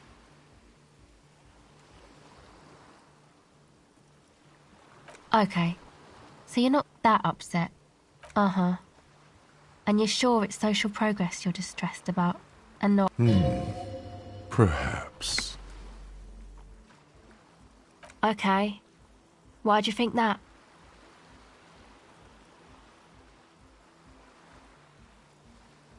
There you have it then, chick trouble. Not political after all. Who was she, really? You seem to be pretty upset about this chica. Are you sure you don't remember anything about her? Wow, man. That's some pretty strange shit.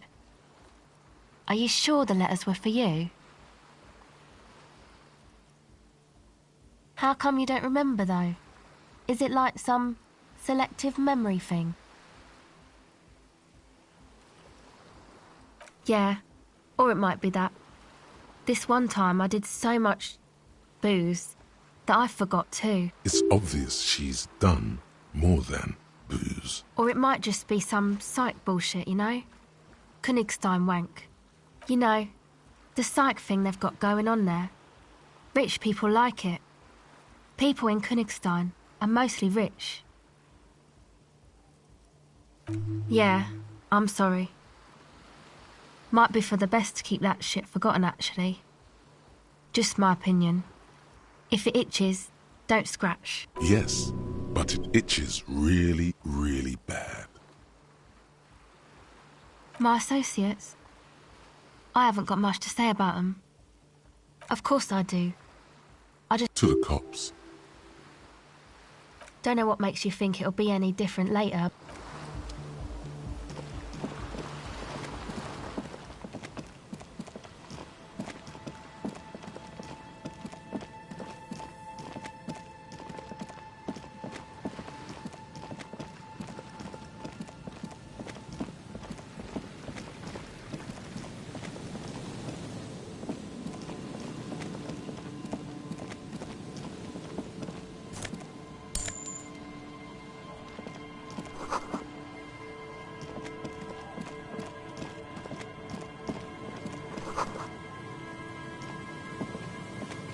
Heavy wooden doors, more than twice your height, stand shut in front of you. The rectangular sea-worn ornamentation appears in stark contrast to the padlock, carelessly drilled into the wood. The carving on the door is block-like and angular, like the church itself. Two large beams shoot downwards, sinking into the wood before they reach the threshold. The surface is smooth from the wind, but moist to the touch. This cheap-looking padlock is sturdily built. It shackles together a hasp and a staple screwed into the... It'll be easier to break the staple than the lock. Also, that sticker is interesting, somehow. You see a yellow circle with 2 X's and a big curve below them that looks like a mouth. You're pretty sure you haven't seen it before, but what the symbol depicts is clear enough. A smiling dead guy. The curve makes it smile, and that there is something blindingly modern about this symbol. Its modernness puts to shame everything you've seen before. It's the contrast between the cheery, chemical yellow and the rigor mortis. As if the cheery guy didn't know he was dead, or the dead guy didn't care that he was. Either way, you get the sense the forces of future are at work here. He takes off his glasses and uses a blue handkerchief to thoroughly wipe them clean before inspecting the sticker. Then he looks up. No. Looks like a dead man smiling. Suggests junior delinquency. I haven't seen that sticker before, and I'm not a youth.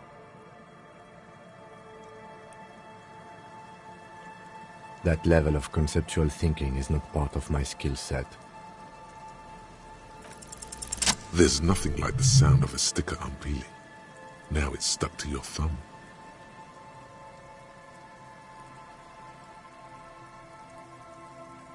Voila! Looks very modern. You're part of the future brigade now, and so is your formerly humdrum ledger. Neon, baby.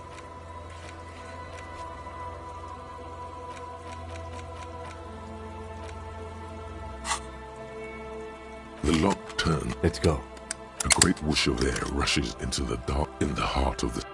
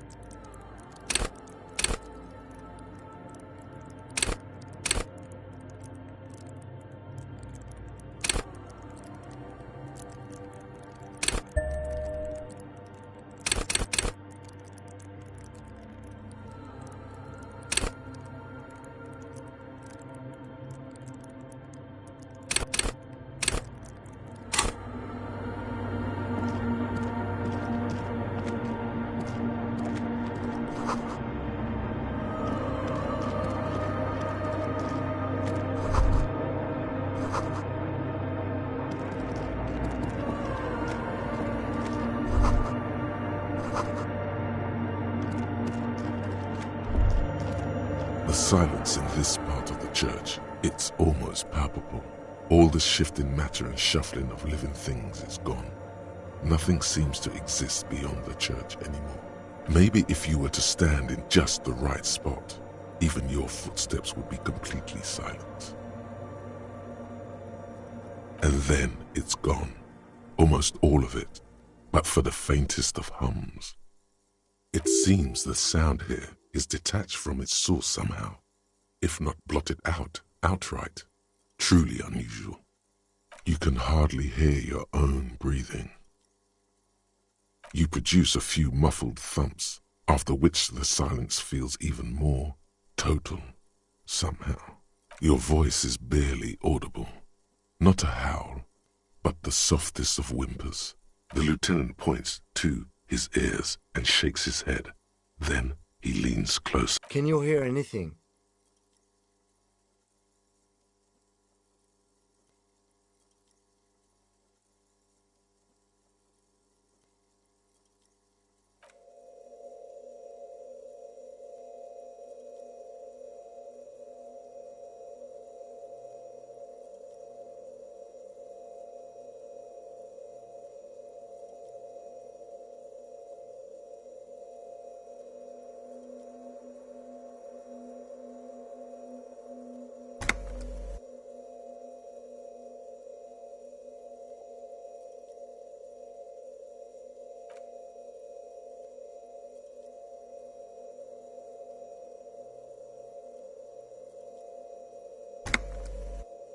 I wonder why the church was built with such strange acoustics. His detached tone conceals how uncomfortable he is.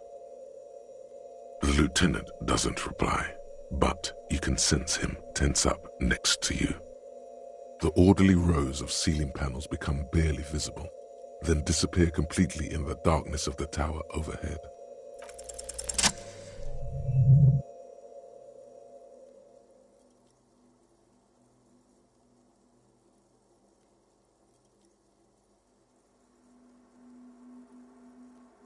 It's like there's something moving up there. A shadow has emerged from the tower and it's making its way toward you through all the other shadows. Yes, the darkness makes the ceiling feel infinitely far away. It's not a shadow anymore, becoming more substantial as it gets closer. The shape of an animal descends. Officer, is there something up there? Oh no, you've lost sight of it. Where did it go?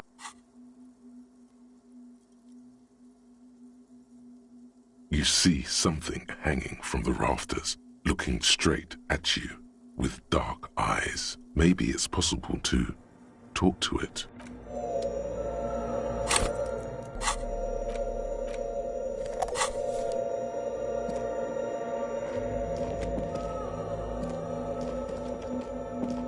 The shadow is a man made of the same stuff as the carpentry of the building. He is studying you. The Crab Man.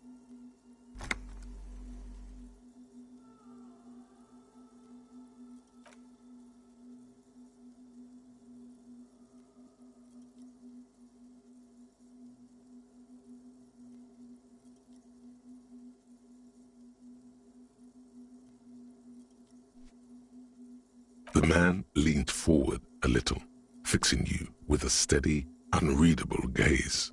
Then habitual alcohol use has made you into a scared little pussy, Holmes. But don't worry, everything's gonna be alright. You come to the right place. That accent is Villalobos, a peninsula in Mesk and a district in Jamrock. There's a sizable contingent of Villalobos speak. Here you can receive the mother's love. And when you're ready, she will take your hand and lift you out of the despair at the bottom of that box. This man is obviously a habitual narcotics user. Do we really need to question him? I'm put off by this religious stuff, he thinks. And maybe the ceiling climbing, too. It's all very hard to square with the lieutenant's own view of reality. Hey, and what was that about the bottle again? You haven't even drank that much lately. Lay off it already. Shish.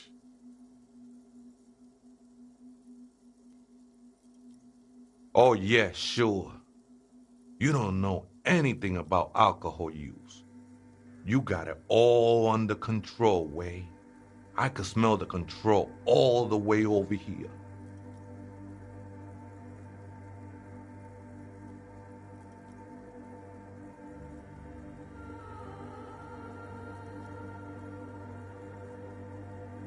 I was like you once, just dragging my feet to the next bottle. Shit was dark, Holmes. You know, actually, since we're here, you may want to pay attention to what the ceiling climber is saying.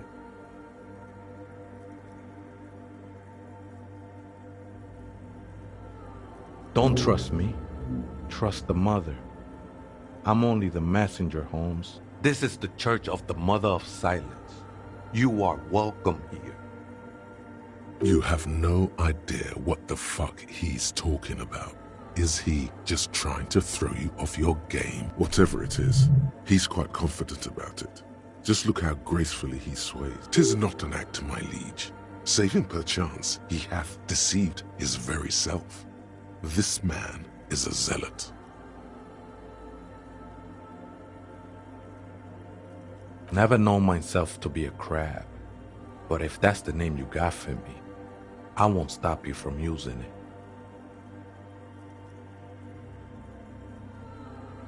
I always thought of myself more like a flame, flickering along the rafters and beams.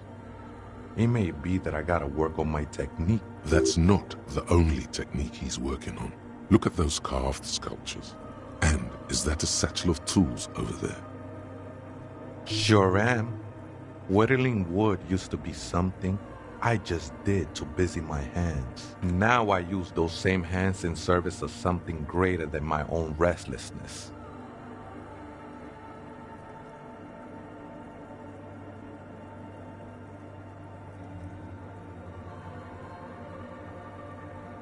It's all just for the mother, man. No need to overthink it. I was in a gangway, but my memories of that time are fading. Most of them are already gone.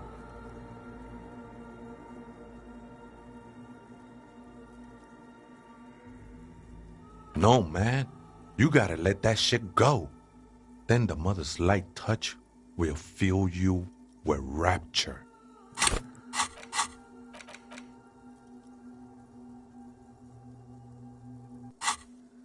Do you remember your name, sir? Tiago's my name, but those syllables don't mean much to me these days.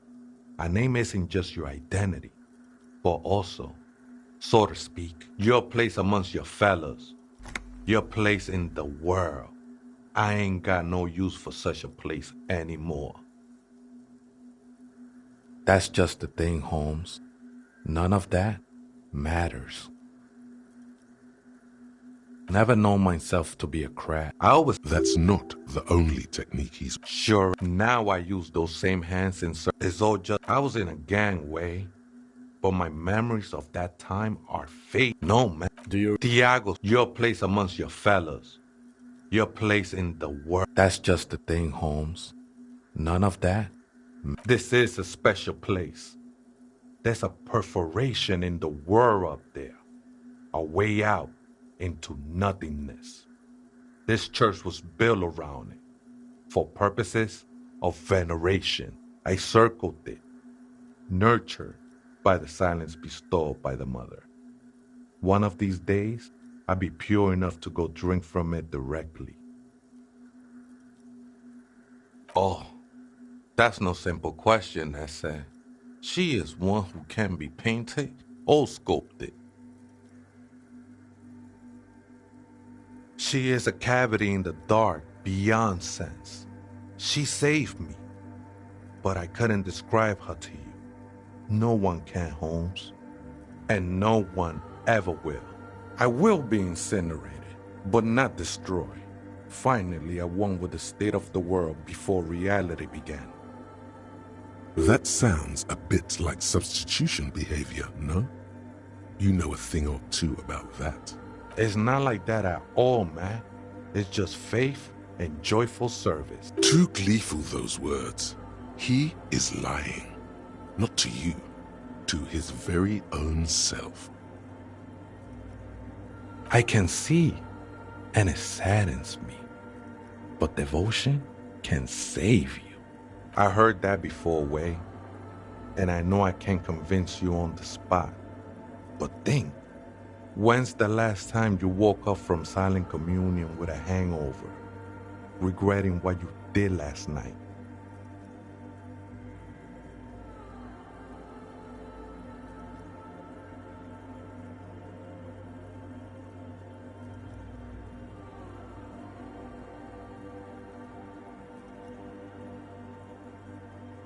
There are drugs darker than alcohol circling your system.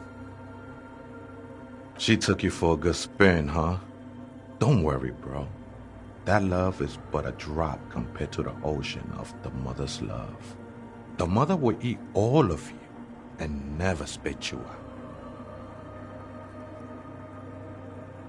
No worries, man. I know this shit takes time.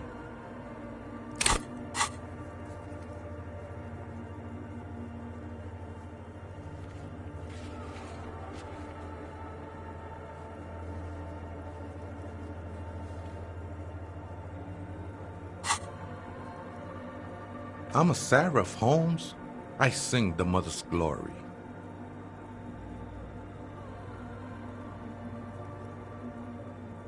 I ain't from no Marietti, if that's what... Marietti is a mesque style of music and dance. Commonly, he lost his cool there for a moment. Seems you hit some... I'm a seraph. I don't mean literal singing, Holmes. You may be thinking, but fire crackles. No, Holmes. That's the material that's burning. The flames themselves are without sound.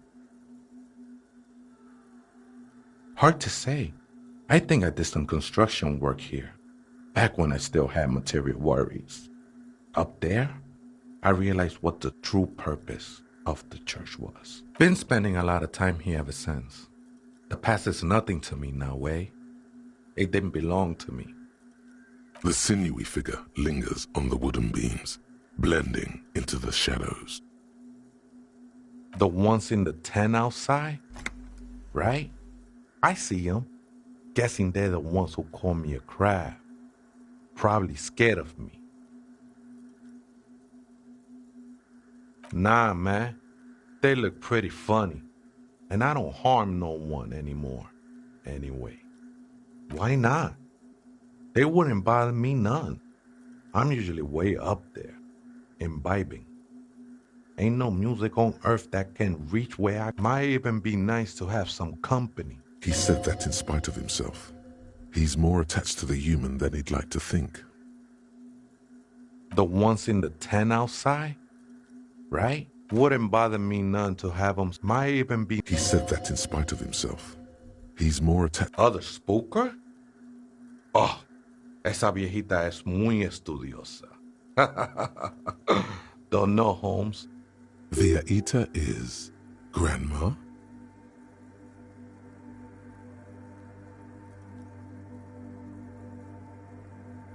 No. I just call her viejita because of her clothes. She's actually quite young. Or maybe not that young. Age is just one of the many masks we wear. That's what I said, Holmes.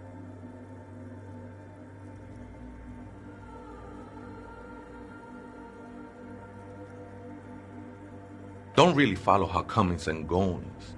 Just see her typing on her computer now and then. We got different interests. I'm afraid not, Essay. You just have to wait until she comes back, or...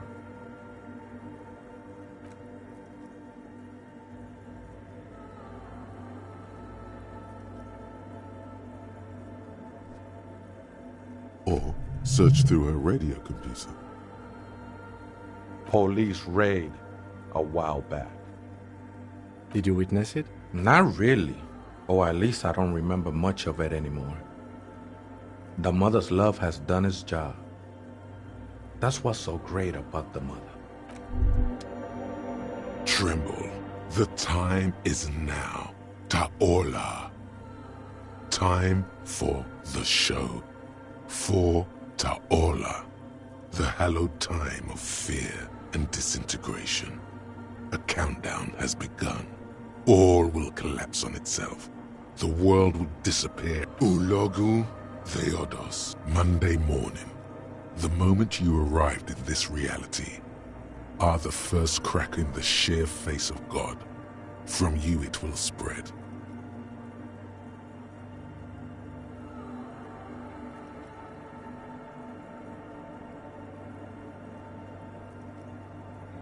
No, you cannot leave.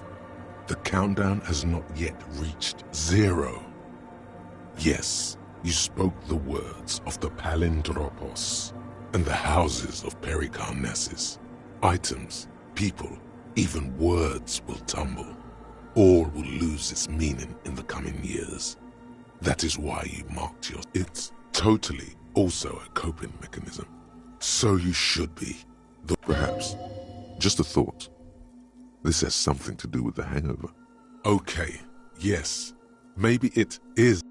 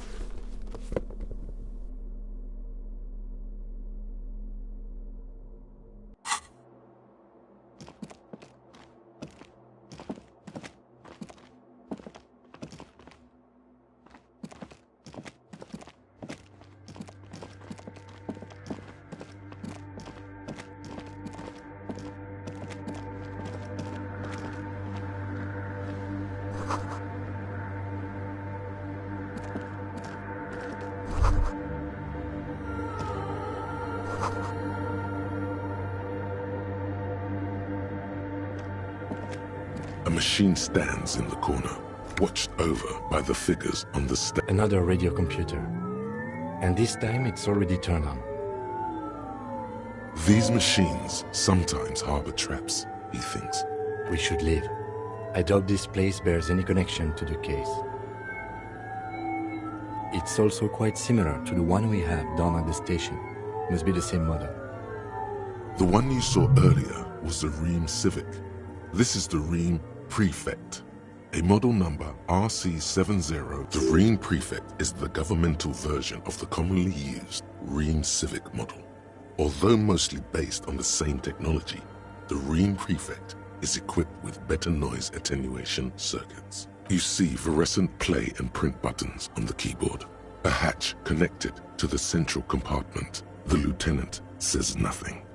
You see the machine's glowing frame reflected back from his diamond-shaped. Behind the hatch sits a cube-like crisscross of filaments, smoldering in the dark like fireflies. Silver tape on the side says, in black marker, log, February to March. Another filament memory. Press play to talk with the speaker comes to life. Static seeps through the machine's planar magnetic drive. Good morning, Fortress accident on Saint-Brun. This is the East Insulin. It's the same old woman you spoke with through the radio computer in the doomed commercial area. Good, thank you. Please repeat. Is this the personal log?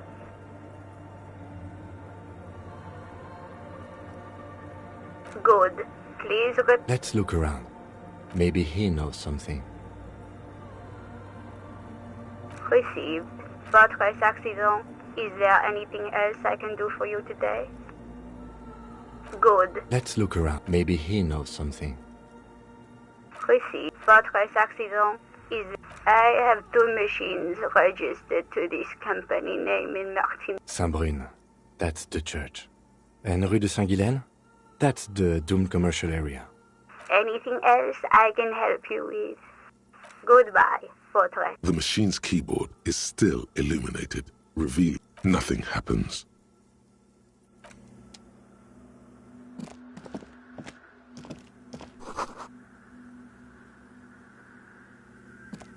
Yes?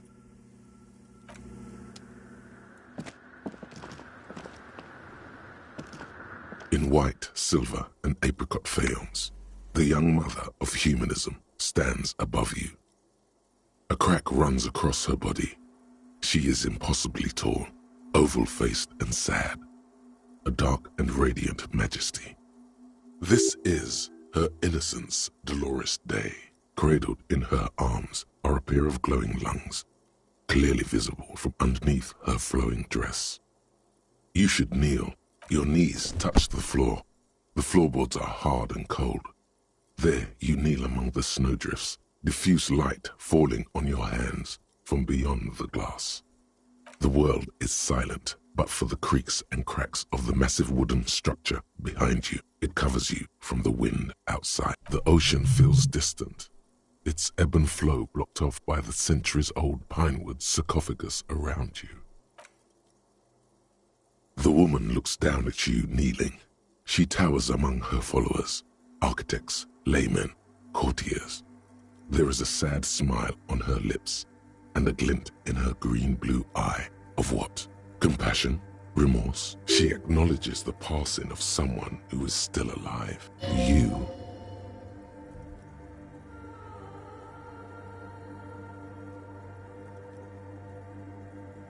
As that terrible word passes through your mind, the lieutenant draws an X-shaped cross from shoulder to shoulder. Your fingertips touch your chest 4 times. Then you rise from your knees into the apricot-colored light of the window. Above you, the woman still smiles her distant smile, sundered by the crack in the glass. The old woman in the village was right. This must be the Delorean Church of Humanity in Martinez, or the small Pinewood Church in some records. It's a minor landmark, not easy to find. Most maps misplace it. It was built not long after Revachol's founding, 300 or so years ago, by first-generation settlers. On the coast of an uninhabited archipelago, where only animals had roamed. There used to be 7 stave churches on the coast. Les Sept Sœurs, they call them. The 7 Sisters. Only one remains. The rest were burnt in the revolution or used for building materials. We should be respectful here, although the building appears to be deserted. I do not believe we'll find anything connected to the lynching here. Something else, perhaps? Respectful? Is the lieutenant a follower of a pang of guilt? The lieutenant is leaving something out. I have a theory, yes. There was a police raid a while back. I heard the place was shot to pieces. The old woman in the village was being tactful with us when she didn't mention it. She has more respect for the RCM than many around here. Well, your station was involved, I hear. Although I can't be sure. How come the lieutenant isn't sure? Is this confidential information? 3 precincts were involved in the raid, and people say Precinct 41 was one of them. I am pretty sure it was a clandestine operation. I don't know anything more about it, why it was conducted, or who participated. I try not to pry into extra-district matters. Good luck. You will not get information on a confidential operation from your station secretary just by it happened a while ago. It's unimportant to our business in Martinez now. Despite the damage you've done to yourself, the title appears lodged in your hippocampus. This is Her Innocence, Dolores Day. No amount of Commodore Red can wipe her sad smile from your brain thing. It has survived the deluge and haunts you still, and will haunt you forever, as it haunts all men. The highest category of historic individual, more. An innocence is elected to office by the founding party, a precedent that has taken place a mere 6 times in the entirety of history. The league and innocence is infallible. The decisions made by one are not decisions. They are inevitabilities. No, we are alone. 300 years ago, in the wake of the discovery of this Isola, many things, you know she was a woman of the court. The wife of an infant. Terribly, women of the court were expected to play both contract bridge. She made the most of her position in the antediluvian court. She was an almost preternaturally magnetic and intelligent individual. It was on her advice that Irene Le Navigateur sponsored a number of voyages. She was crowned 2 years after the first expedition returned. Set in it, wow indeed.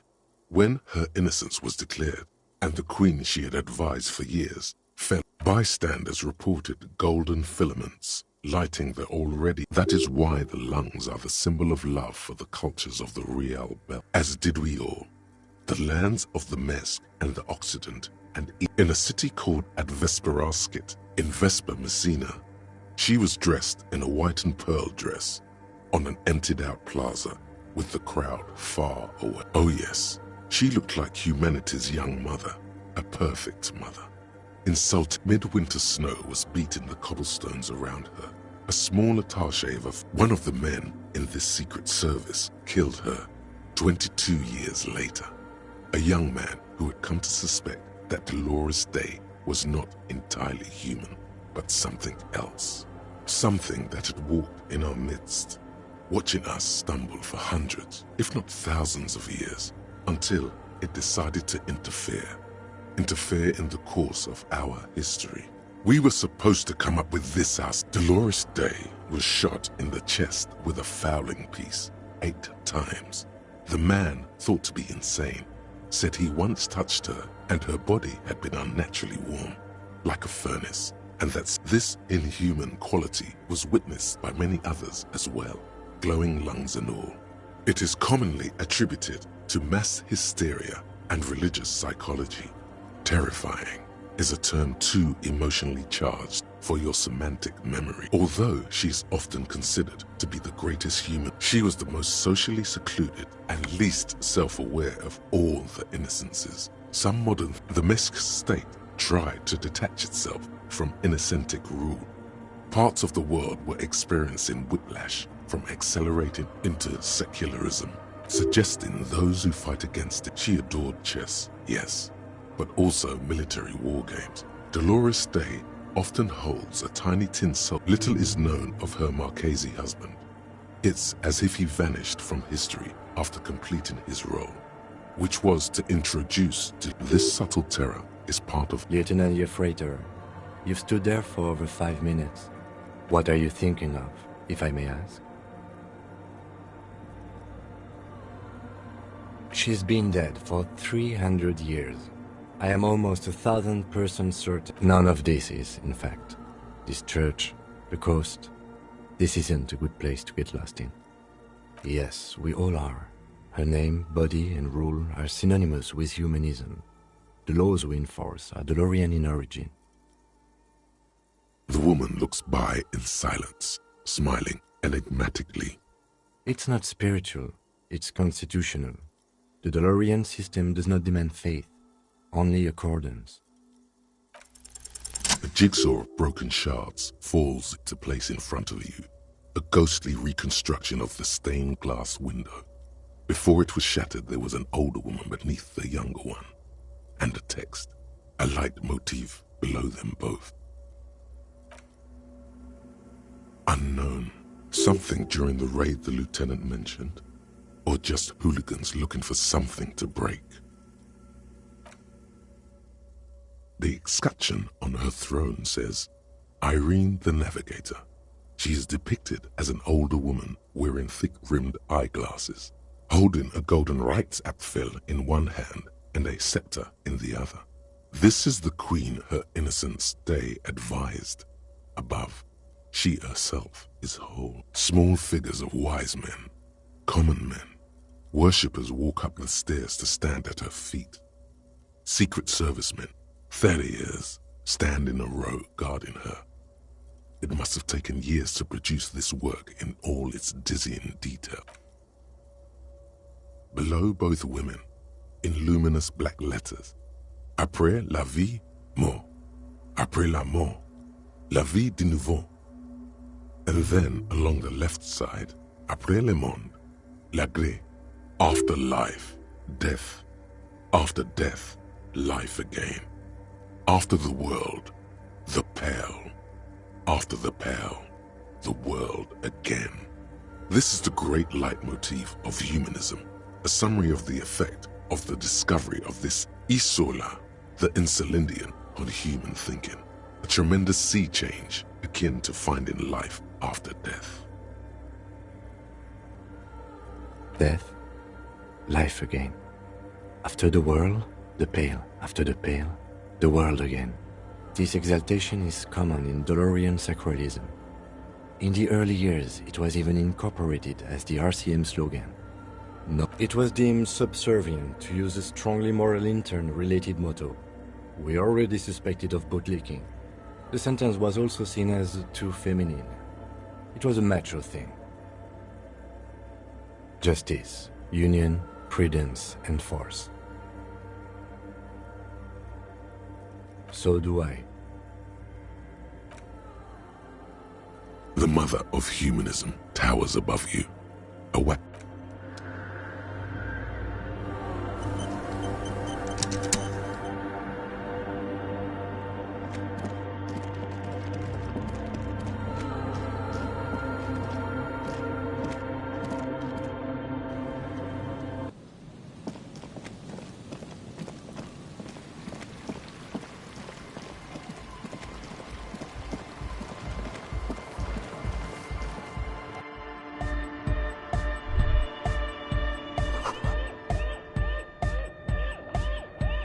Hi again. So, how are things going?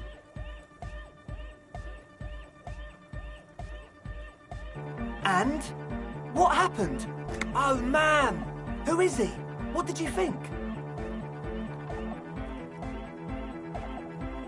Really? Huh. Interesting. What's he doing in the church? No matter. Is he gonna be a... Yeah. Noid is right. Let's get back to the point. What are we gonna do? These guys will never catch him. You will never catch him. There's nothing to do.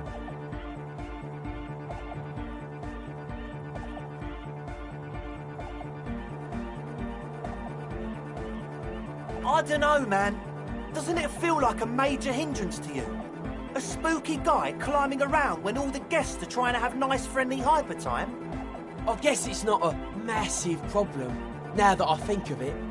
Everyone is welcome to dance till the morning light! Yeah! Maybe. I guess we'll figure something out. Okay, but what about the other spooker? The one in Grandma's clothes? Did you see her? But she's in there somewhere. Has to be. Have you tried investigating the machines? Anyway, do let us know if you see her.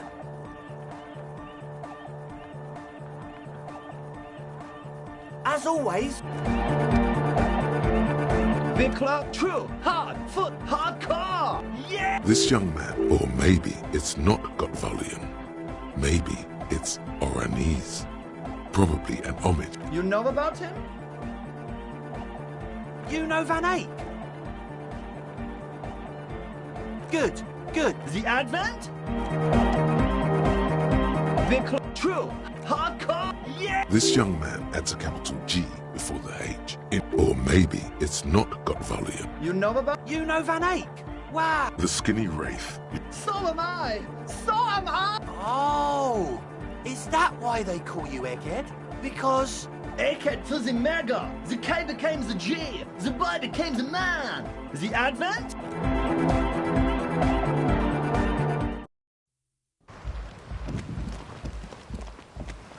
Hello again. My associates. Of course. To the cops. Don't know what makes you think it'll be any different later, but...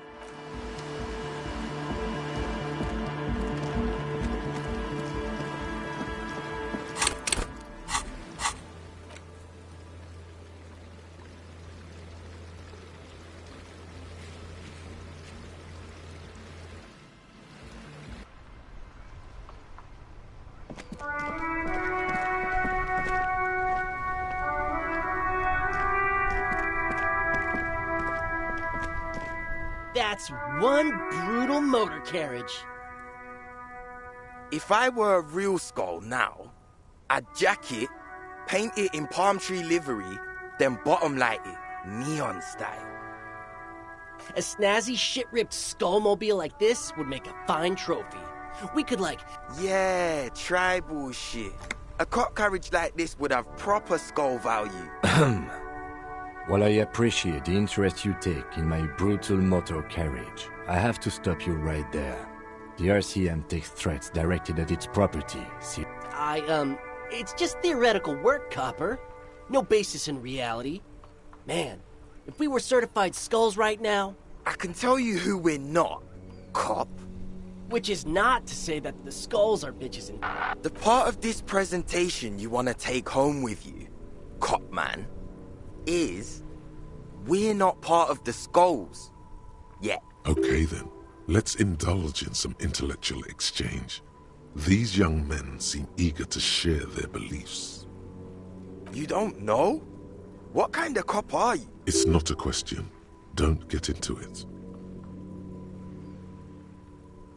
The question was rhetorical. The skulls are the most vicious gang of the Besmertne. Besmertine, or the Besmati, the Immortals, are West River Sholian crime syndicates. The nastiest bunch of psychos ever. Jacking carriages and getting into high-speed chase. Possessing an infinite amount of fuck-all swagger, infamous for their non-verbal modus operandi. If a skull spots you, he will pull out his dagger and stab you without saying a word. The lieutenant's voice is as calm as usual. A testament to the violence and death he's witnessed through the sight of his firearm. They usually occupy the burnt-out quarter in Jamrock. Or you can find them loitering around the brightly painted bottom-lighted vehicle. I can't wait to become a skull. Bottom lights are wretched aggressive. Murder? Yeah, sure. We'll gladly tell you everything we know about it. It was a man. Also, he was hanged. He was hanged from a tree. Yeah, I mean... These punks don't know anything. Hey! Stop right there! How does one know anything? Ah, this sounds like epistemology. A field so occupied by thought that it begins to question thought itself. Exactly. How can one know shit? For example, how can one be sure that there truly is a body hanging behind a hostel? What if it's art? Or just a mere specter? No reply. The blonde rebel scratches his chin, deliberately not focusing his gaze on any... Oh yeah, Cindy's a right proper skull. Yeah, a true artist of the future. Just like Arno van Eyck. By the way, if you see Cindy, give her our regards. For all their nihilistic posturing, these young men are not lacking in youthful idealism. Odd, there isn't a hint of hate in them. It's like they're pissed and fuck the world out of some kind of moral obligation. The lieutenant on your left is unusually lenient toward them. Oh man, yeah. We're not fucking kids, man. Be wary of the abyss. Probably because of how non-verbal their mode of operation is going to be. It's a threat.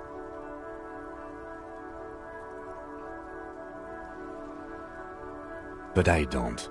In fact, I dislike them so much I'm willing to drag you boys back to the station just to calm myself down. Hey, there's no need for that. We're just talking here. Joking too. Stay light, man. Yeah. Didn't you cops, have some questions about skulls or some shit? The Union does their share of policing in Martinez, at least where gangs are concerned. That's why there isn't much organized crime around here. Apart from the unions themselves. Don't you worry about that. We're gonna make up for the deficit. Yeah, we are. We're not franchise skulls. Well, not yet. Once we get our name out there, we'll have a chance to join them. Because we can be just as psycho and vicious. You'll see. But in a non-threatening and definitely legal way. We'll fuck the system from the inside later. Just be cool now. The damage will be tenfold. Right on, fuck. So what's happening now? What about them? Well, first off, it's a statement and not necessarily something that characterizes me as a person, even though the statement has character. And I do like piss. The word piss epitomizes the struggle taking place in the world. Things being defined as they seem, not as they are. And, I guess, it's also about communal spirit, the future, and truly appreciating our differences. Also, you've got to admit, it catches the eye. And since the Grand Piper is slowly but steadily moving towards basing the economy on it, attention, it is imperative that the medium itself convey the message.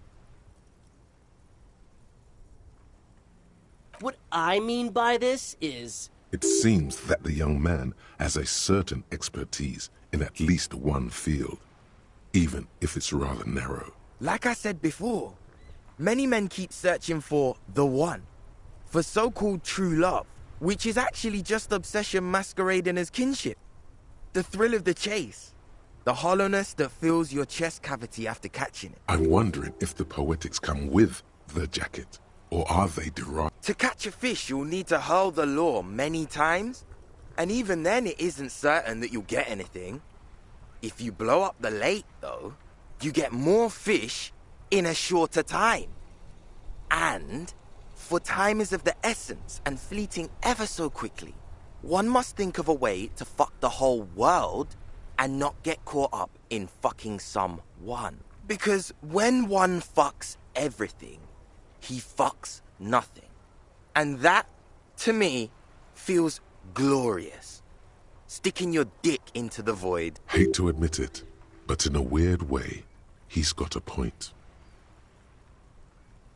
Is it a coincidence that here we have 2 badass jackets and 2 badass cops? Yes? What is? What are you implying?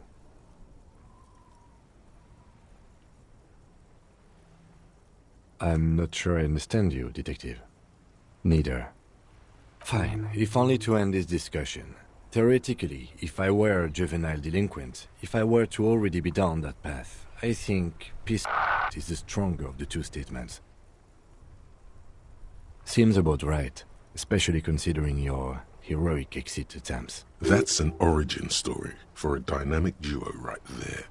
So are we done here? Or... you don't need us around for your secret whisper party, do you? These guys aren't scary. You're... why? And what kind of The lieutenant notices your agitation. Okay, we get it. You look like total... You didn't say that.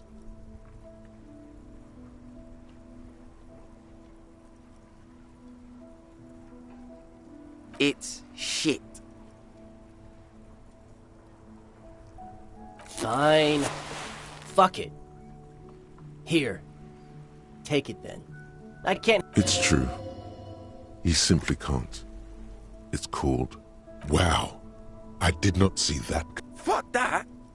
You're not getting mine. No, he won't. The lieutenant is lightly amused by the situation.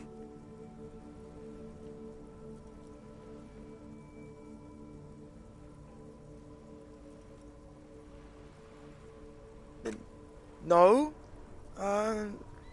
He's like a volunteer lawyer. A total bitch. Cites law and does dishes.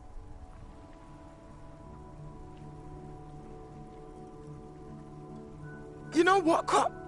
Fuck you. That's not what this is about. You're not getting my jacket. Fuck him. We don't need his rich dad jacket anyway. I'm not wearing that jacket. I already am expressing my individuality. The need will not arise. Look at this cute shit. How can we become skulls if you go around fraternizing with cops? Let's get the fuck out of here before anyone sees us. Fuck. I'm sorry, man. I just don't like confrontations, that's all.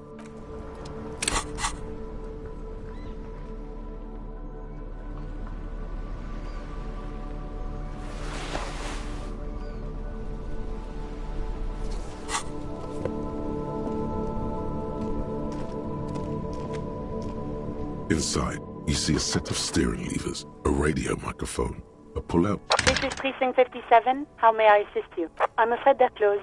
It says here that the library is... We should try again. Anything else, detective? Sorry, sir. I still haven't heard back from the database people. Try calling again later. 50... In the cabin, you see...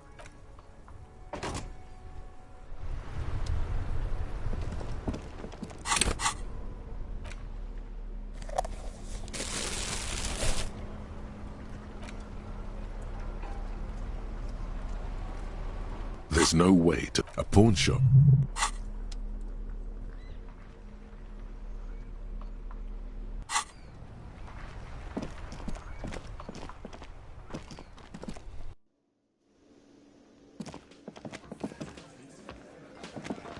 I've got nothing to say to you.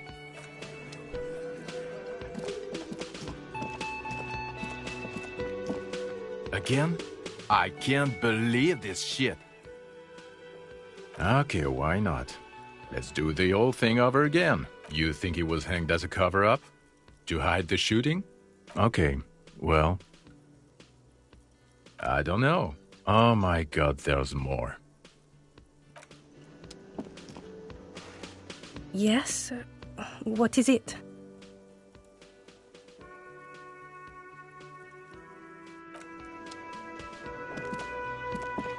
Oh, hello, dear.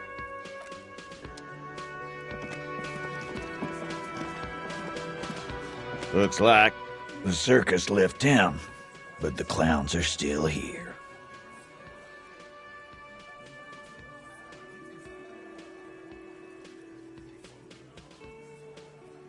A bullet, you say? That's mighty curious. Indeed. Mighty. How did it get there? Well, there are so many bullets in the world, and so many heads. I guess it's only logical. At some point, one of them bullets had to end up in one of them heads. It's bound to happen again, you know? Just statistically speaking, of course. Sire, it would be an event most dramatic if you were to produce the bullet and dangle it before their very eyes. Wow! He's got it in a real evidence bag and all! Why don't you go home and log it into evidence? These men have told you what happened. You know what I think? I think he was shot in the head as a kid, and his brain grew around the bullet.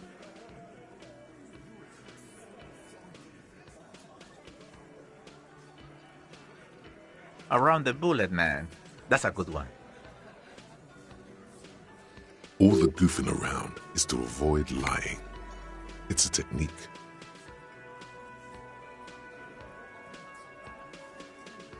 They're only pretending to enjoy this. Beneath the act, they don't like you knowing this. Shit! I probably did shoot him. I was drunk last night. You guys know me when I'm drunk. Yeah, Glenn likes to shoot his guns when he's drunk. Better hope he stays sober. No, he meant before he was hanged. Did you shoot him before you hanged him? Before? After? During? This is getting ridiculous. They told you what happened. Stop wasting your time. Never been worried in my life, lawman. It's not like you blew it wide open, but there's a little crack in there, somewhere. A witness? You ain't. That's just cop tactics, Titus. Next, he's gonna tell you one of us already rolled on the others, and is in witness protection.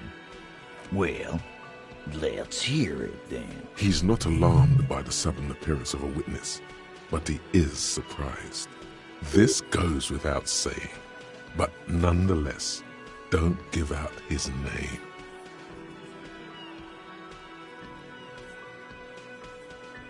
Yeah, right.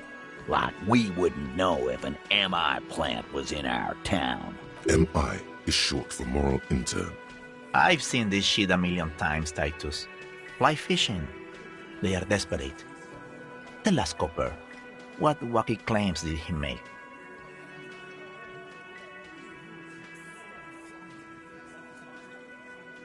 It's you assholes that feel the need to go around like a fucking brass band. Yeah, it's like they put cowbells on you before they send you to the streets. What's with the cowbells? They're avoiding having to answer this question. We were drinking, weren't we, guys? I hit the bottle hard. I was drunk as fuck. Right, I'm convinced, Glenn. Nothing off here.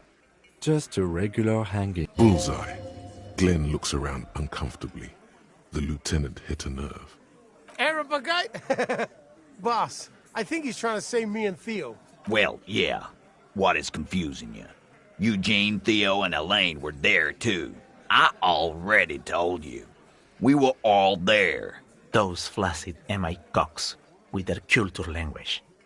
Everything's a surreal play or sublime whatever. It means the whole scene was long and drawn out, like it was from a film. What is this fella's problem?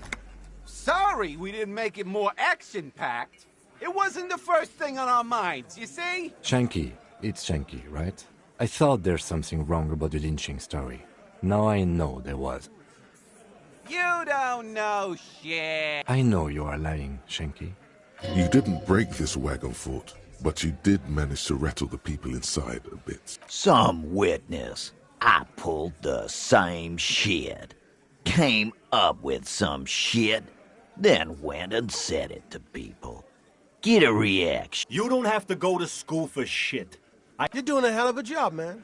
So much bluster to hide the fact that they're uncomfortable with you having this info.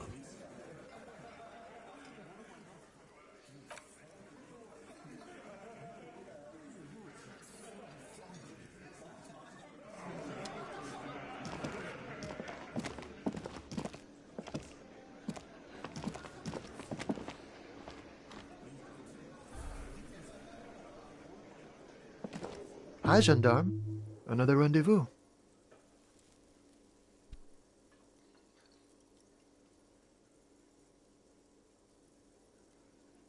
I see you found yourself a little something from my wardrobe. Not bad. Not bad at all. What brings you here? Admiring the atmosphere. What about you, officer? Really? Well, I look forward to that. Admiring the atmosphere. Well, here's to you. Oh yes, let's see. He knocked on my door a few days after the lynching. I think he was going through the entire building, asking questions. Nothing. That I didn't see anything. What friend? No, I don't think it came up. Muscular, handsome, strong, like one of those military types.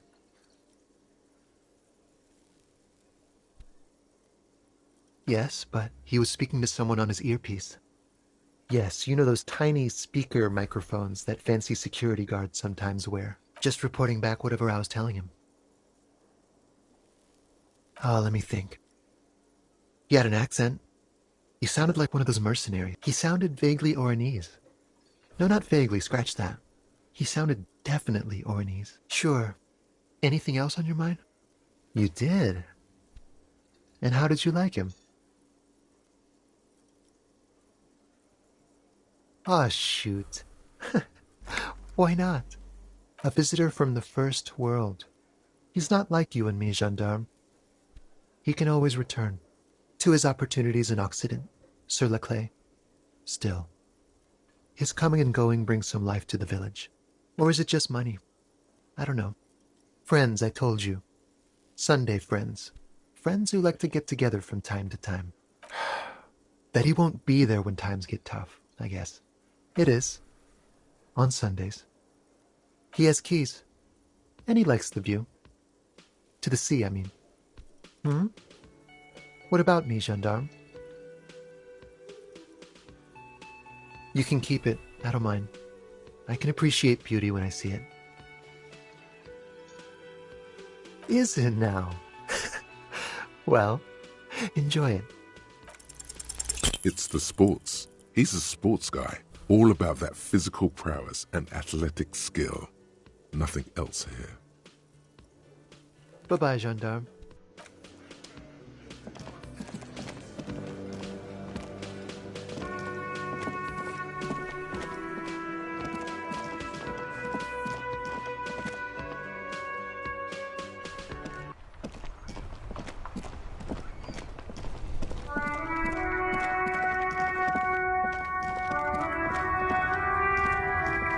Looking for something odd? Come to tell me to fuck off again?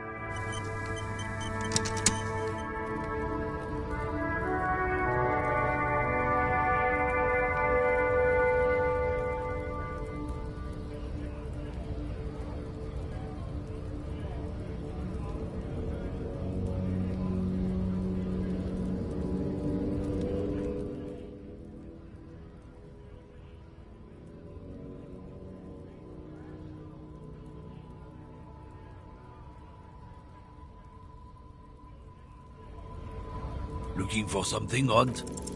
Failing the last time was so demoralizing and puzzling that...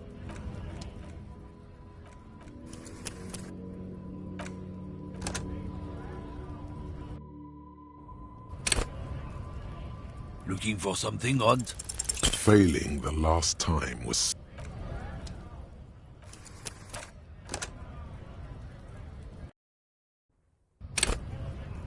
Looking for something odd? Men like this only respect two things: strength and fear. Fuck you, I told you. I'm not gonna... There. His voice grows smaller as yours.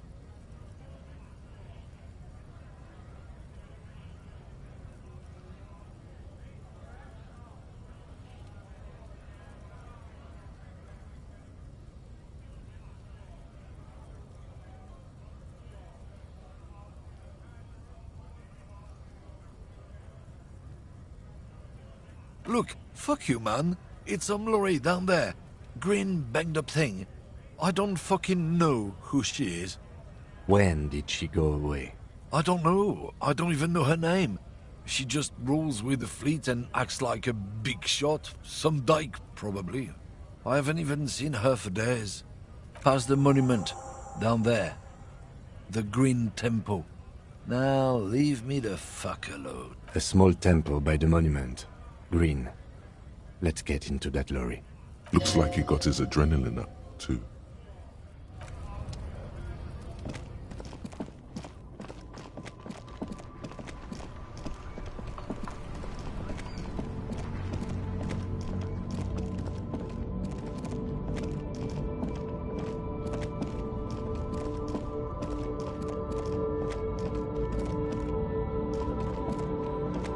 This screen found A to Z, Contemporain. This must be the one he told us about, unless he was lying.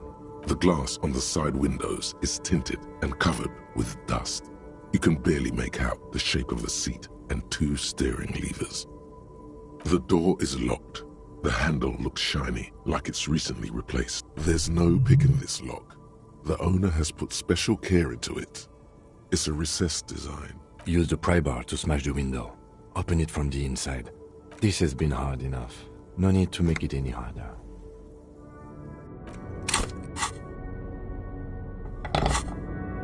This screen found A to Z, Contemporain, is parked in the with a firm grip. You raise the pry bar, a glint of light catching on the tip.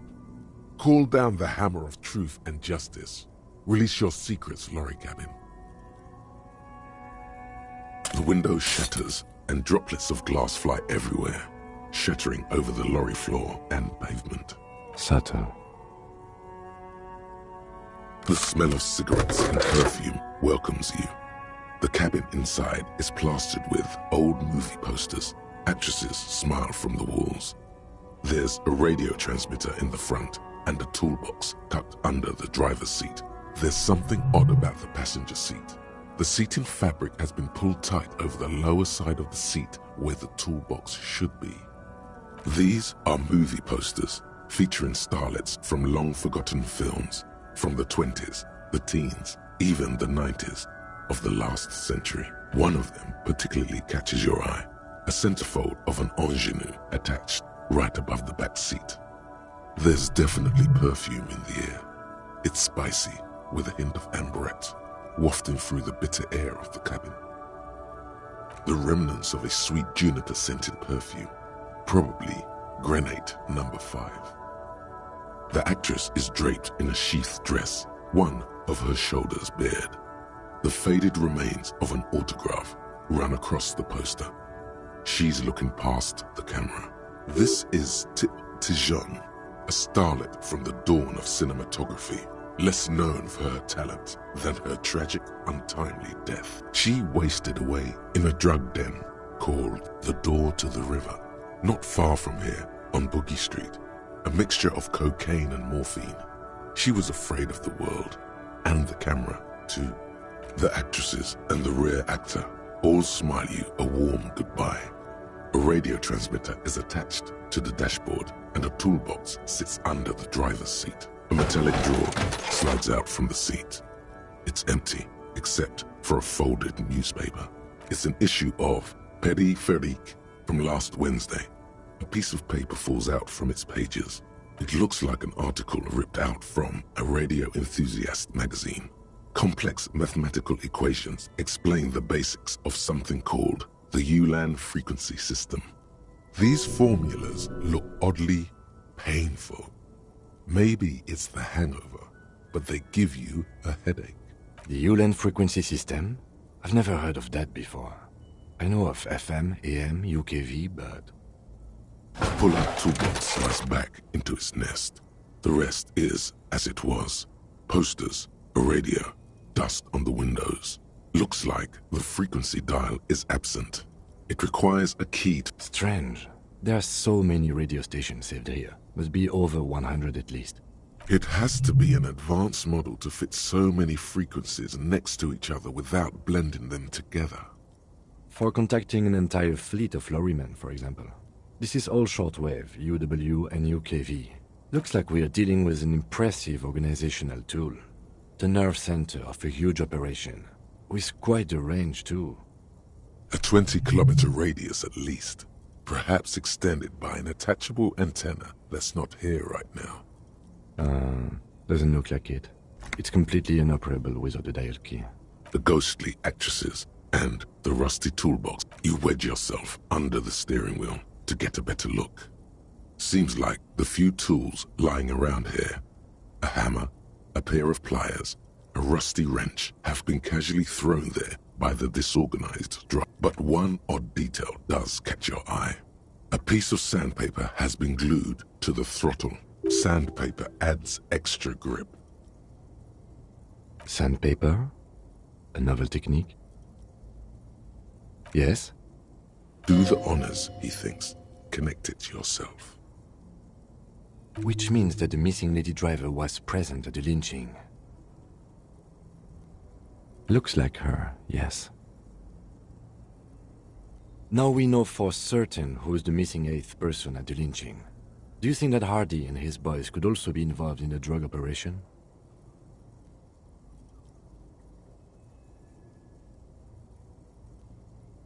You're right.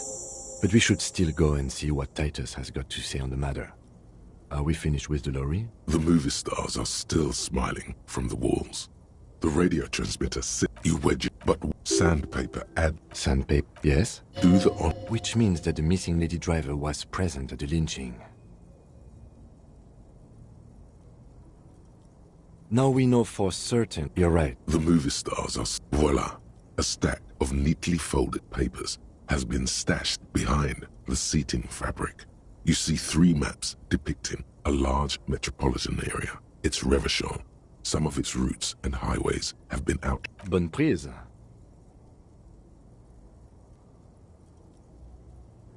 This large map displays the elevated motorway called 881. The intake leading to Martinez is marked with a blue X. The toll booths at the intakes are marked with a circle. It looks like there are scant few ways of getting onto the elevated motorway that runs over Jamrock. And there, hundreds of thousands of motor carriages roar on the 881, high above the mass of brown and red roofs that is Jamrock. The commuters don't even look down. The world ceases to exist outside to Kuron, through the middle-income neighborhoods there, by the river, and then to Stella Maris. This municipal map from the 30s displays a complex system of storm sewers underneath a sub-district called the Pox, old military hospital, right adjacent to the 41st precinct. The final map displays a labyrinth of service tunnels left over from the construction of motorway 881. A few routes have been marked with a pen, where the tunnels and sewers surface near the eminent domain. These service tunnels were probably used during the construction of the foundation beneath the motorway. Looks like the smugglers have infiltrated the road network belonging to East Motor Tract. So it would seem. The RCM patrols most of these auxiliary roads, though apparently not all of them. Hard to say. This distribution network looks certainly large, yet still vague enough. It doesn't reveal much about the Besmerti behind it. The Besmerti is a Revacholian crime syndicate. They see themselves as the inheritors of the 14 Revacholian Indo-tribes, with cool names like La Puta Madre and Aura Masta. It's a dark parody. It's definitely not the Union. They just do some logistics. This operation has spread everywhere in Jamrock. If it's that, here's bad news. There have been attempts at a serious investigation before, but they haven't ended well for those involved. Lieutenant Kitsuragi is a brave man for saying Madre's name, without the winces and whispers that usually accompany it. Best not to disturb the scene. I'll have forensics go over the lorry and pick this up later. The stack of maps looks just like before, barely noticeable. The movie stars look silently, but you close the... Great. I think we got everything. A word, detective? Before we return to Joyce?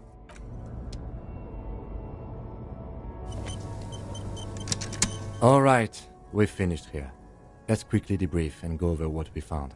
so we don't do it in front of the company rep. Honestly, I'm quite worried by what we've seen so far. The evidence seems to point to a rather extensive and well-organized operation. I'm especially intrigued by that radio transmitter, particularly the sheer number of stations it can connect. Looks like this alleged drug trade casts a wide net. This means it's well-funded. Technology like that, a major player must be financing it. I'm not sure what the ULAN frequencies are all about, but they may hold some significance. Perhaps it's a better way to connect between fleets while avoiding frequency bleed, or maybe it's used to tap into RCM networks. Oh, and the maps we found. They reveal the geographical extent of the operation. Looks like they've used abandoned tunnels and access roads to stay hidden. And last but not least, it looks like the Hardy Boys knew this driver, as we know that she was present at the lynching. This may be the Union connection we've been searching for. The probe and the case converged, he thinks. This was quite the find. As elegant as they are, I don't think they are relevant to the drug trade. Yes, well... Unimportant? Like Joyce told us, yes, logistically. But don't expect to bust this open during our stay here. At best, this is an angle we can use against them, to other ends, as extra ammunition. Meaning, someone as slippery as Everard won't be caught by a couple of cops and some stuff they found in some cabin. We should return to the murder case, see what Joyce tells us about the lynching. When we are done for the day, I call my station and suggest our narcotics department look into it. There are more than enough grounds to start an official investigation, sometime later when we are done here. We do not want to get caught in that. The fact that one hasn't started already gives me pause. An investigation, I mean. Especially if the Madrid grouping is involved, and I can't imagine they aren't. It's certainly worrisome. All the same, I don't like the idea of internal affairs descending on the matter. That won't help anyone either. Debrief over. After you.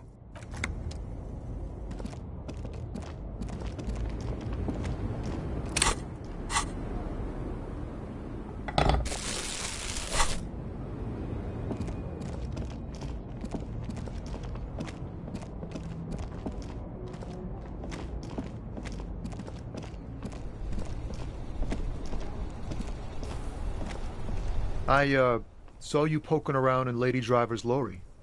She in trouble? Still better than me, I guess. Told you there's plenty of others who'd tell on her. But, is she in trouble? It's that bad. Man, what should I do? What should I do to help her?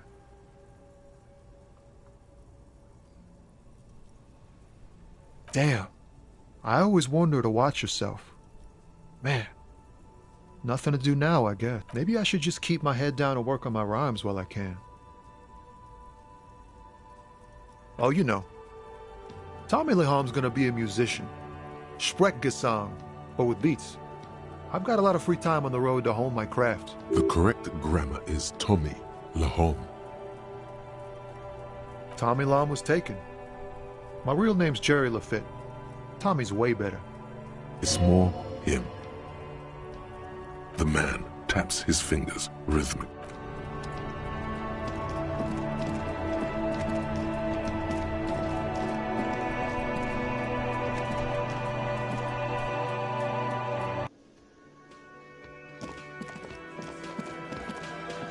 Looks like the circus left town, but the clowns are still here.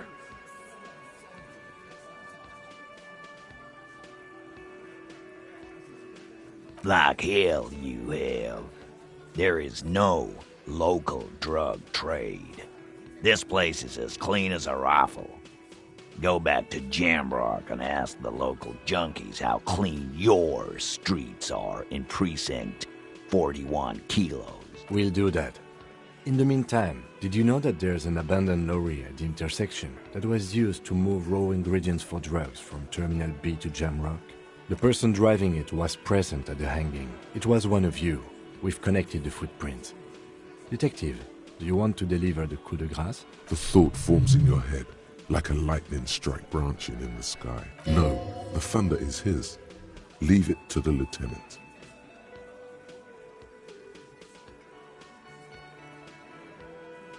Thank you. You're right, Titus. There is no local drug trade because it's all controlled by you. You're the drug trade. That's a mighty interesting theory. I guess that's what you would need to do, theoretically. A big, strong, state-run monopoly would outcompete the runts on the street.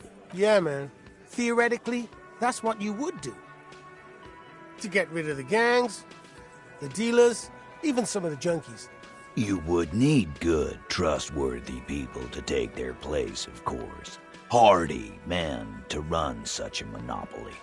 For the good of the community, of course. Yes, but that just sends everyone else to Jamrock, doesn't it?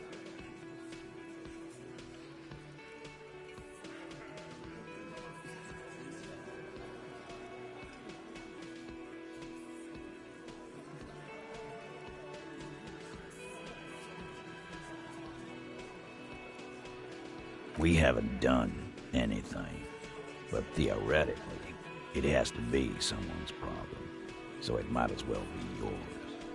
Titus, I'm amazed. Where is the same professionalism when it comes to other topics? You're doing great. I hardly have to interfere at all. I don't know, Lizzie. I guess theoretical things don't make me emotional. Now, was there anything else?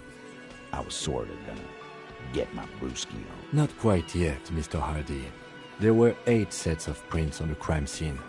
There are only 7 Hardy boys here. My answer is, fuck off. Mind your own business. There is no 8th Hardy. I run this goddamn scene. Finally, you got something out of him. This could prove useful in the future. And here we go. Back to the usual. I know! Fatty walked on all 4s. He's so fucking fat he left 2 sets of footprints. Despite everything, the little man is quick on his feet. Go fuck your mom, Dennis. That's more like it, boys. You heard him. It was Angus on all 4s. Anything else you need to know?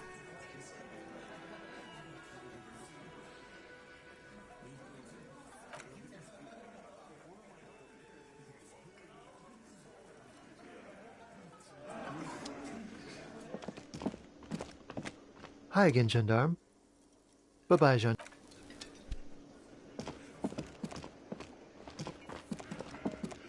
I've got nothing to say to you.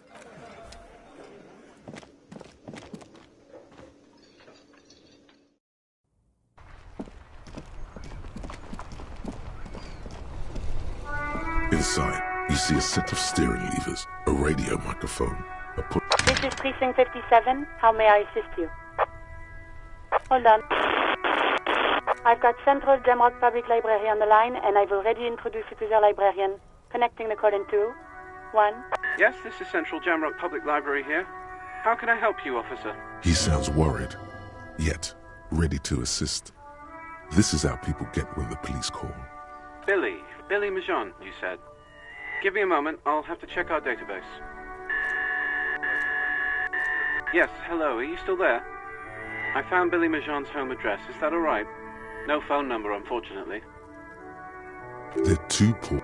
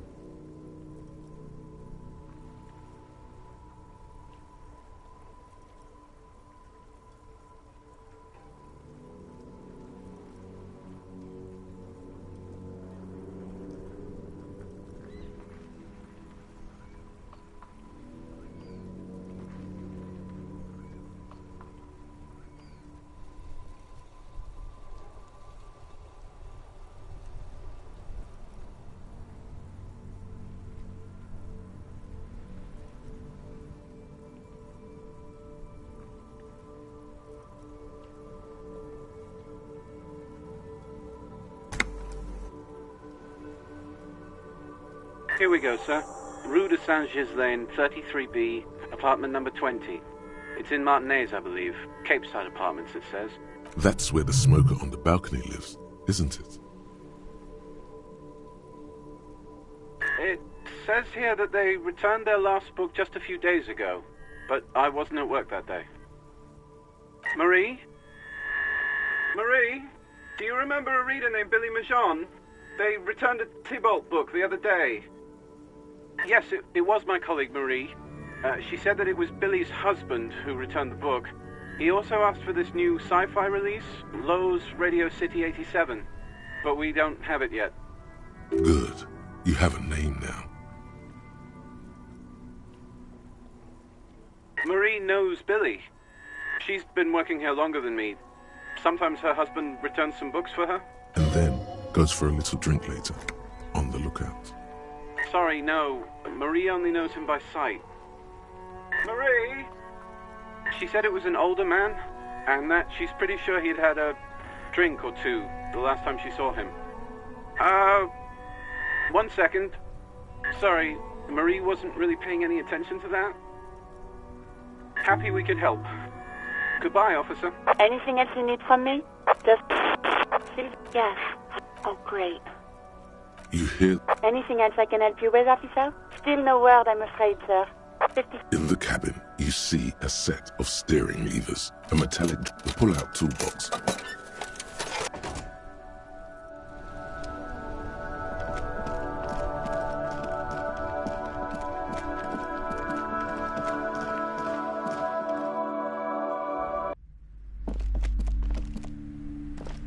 Hi, Ace Detective. Math. Oh, I found something while I thought this would fit you. Like, thanks for helping out. Not me. The city, I mean. Like a detective does. Just what Dick Mullen would ask. I got it from behind the curtains. Maybe. It's the hat Dick Mullen wears all the time. Right, I have to get back.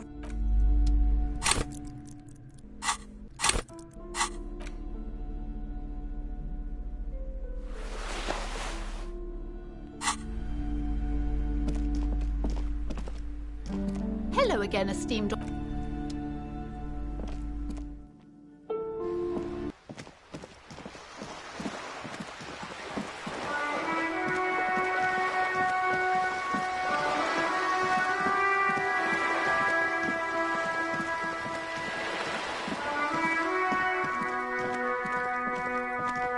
Just an ordinary wall. Nothing to... Try to sneak up.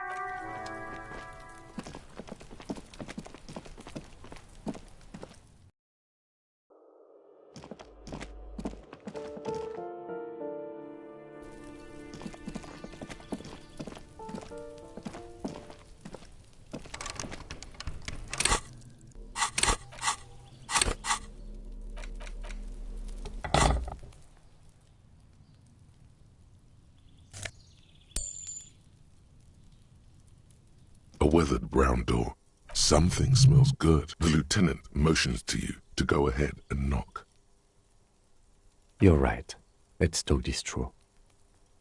You hear some light footsteps and what appears to be a We have our first preliminary identification.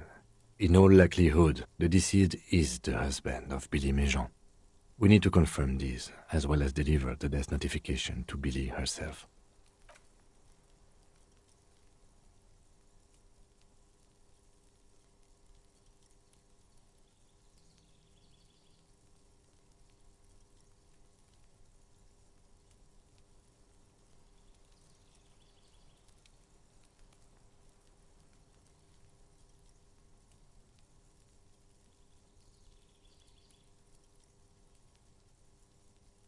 Now, delivering a death notification is never an easy task.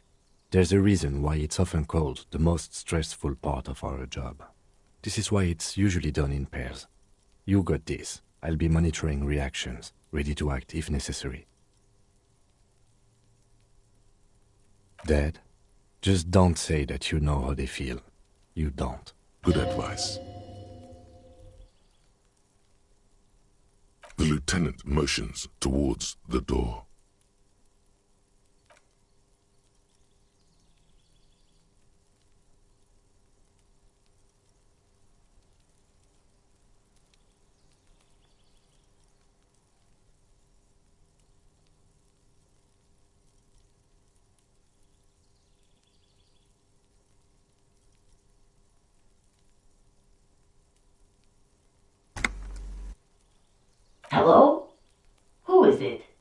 and someone turns down the radio.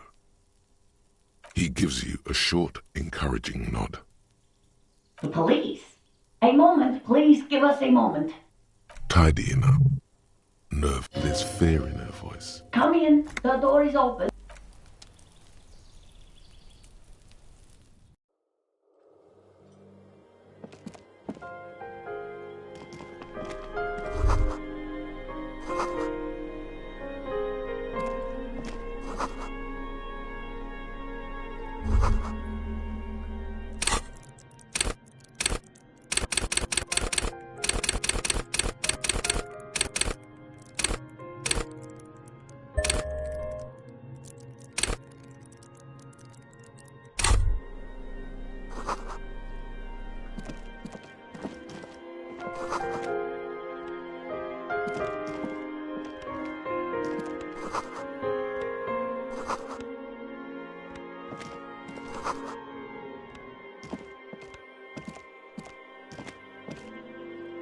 It's you from the bookstand.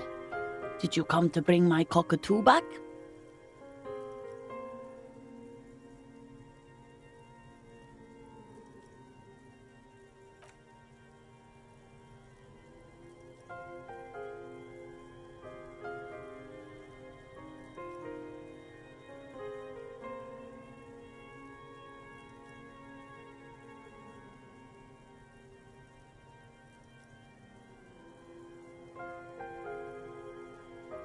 I don't think I introduced myself properly. I'm Billy. Would you like something to drink? Tea? Lemonade? We're out of coffee. The lieutenant has taken off his foggy glasses and is busy cleaning them in his handkerchief for now. He must feel vulnerable without his glasses. Is this why he's letting you take the lead?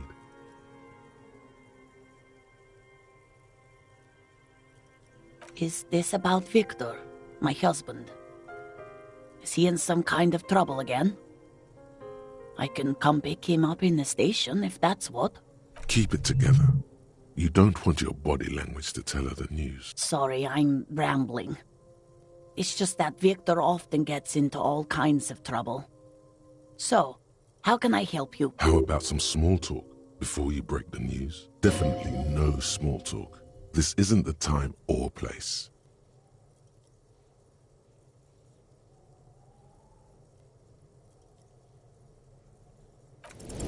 I don't want to.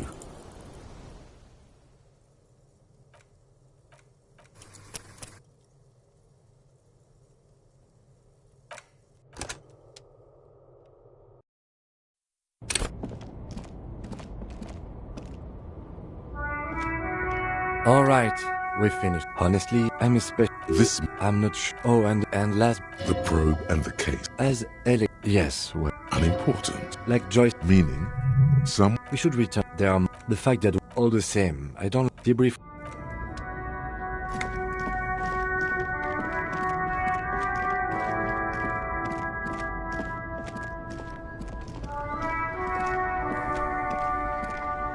I saw you poking around in Lady Driver's lorry. Still better than me, I guess. Told you there's plenty of others who tell on her. It's that bad. Damn, maybe I should just keep my head down and work. Oh, you know. The correct grammar is... Tommy Law. It's more him. Yeah, you too. Inside, you see a set of steering levers, a radio microphone. This is Precinct 50. Yes? He sounds worried. Billy. Yes. They're two ports. Here we go, sir. That's where the smoker on the balcony lives, isn't it? It says here that they... Marie? Yes, it... Good. You have a name now. Marie... And then... Sorry, no. Maria... Marie... She said it was... sorry. Marie... Happy... Anything else you need from 50? In the cabin, you see...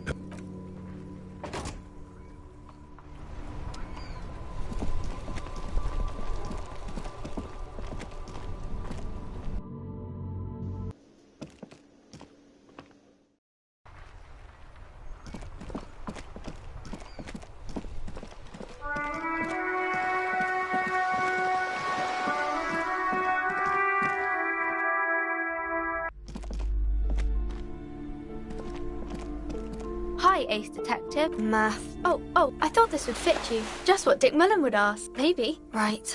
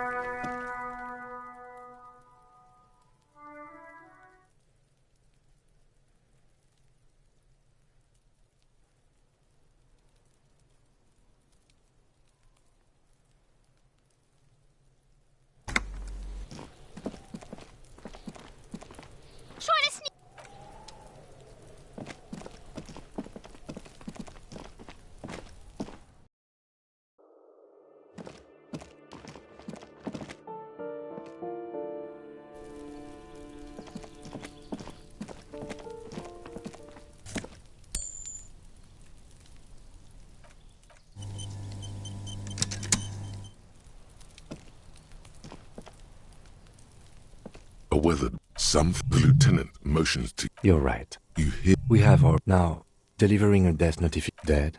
Good advice. Yes, it's hard. But there is no easy way to handle this information. It just has to happen. As soon as... The lieutenant... Hello? And someone turns down the... He gives... The police. Tidy. Liz. Come in.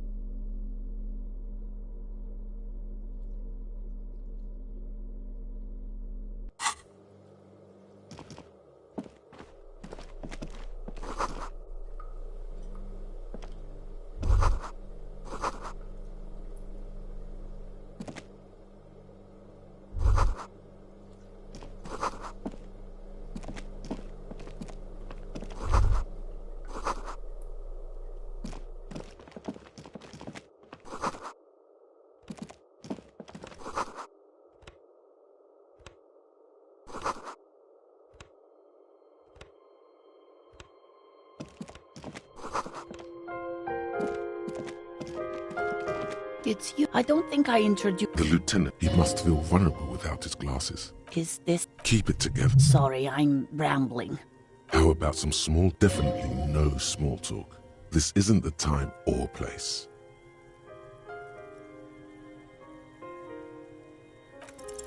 You've done this before. Just keep your focus. Yes, that's the most important thing. Use that word. No euphemisms. This is what you came here for. What did you say? A great and terrible spike. The blood freezes in her veins. Oh. Oh. But he was just... But he was just here. Alive. We understand this comes as a huge shock. I want you to know that me and my partner are here for you if you have any questions. Take your time, ma'am. What happened to him?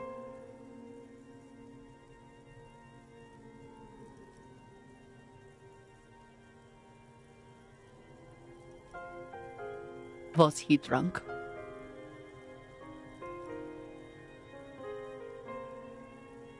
I see.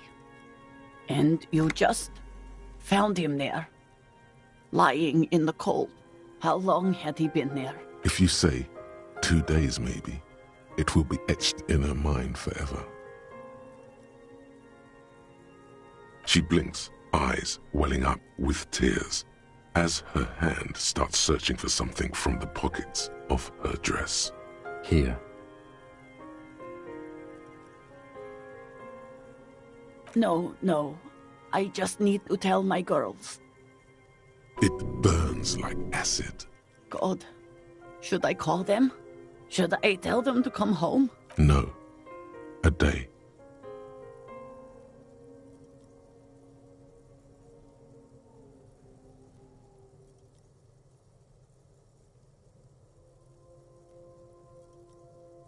Good. That's probably the right thing. Thank you. Just tell me, what do I need to do next? Where is he? Can I see him? We've taken him to the city morgue. The local coroner will be contacting you shortly to arrange the funeral. Here's his number in case you want to contact him earlier. A very good call. Is there anything else that the RCM could do for you? No, I'll call you if something comes up. I'm still... Thank you. Thank you for telling me. I'll call if... We should step outside and talk.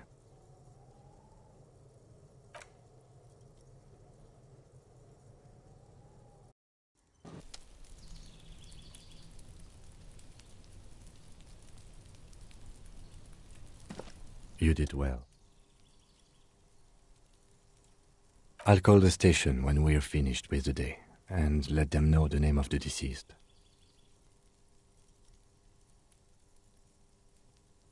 That's it.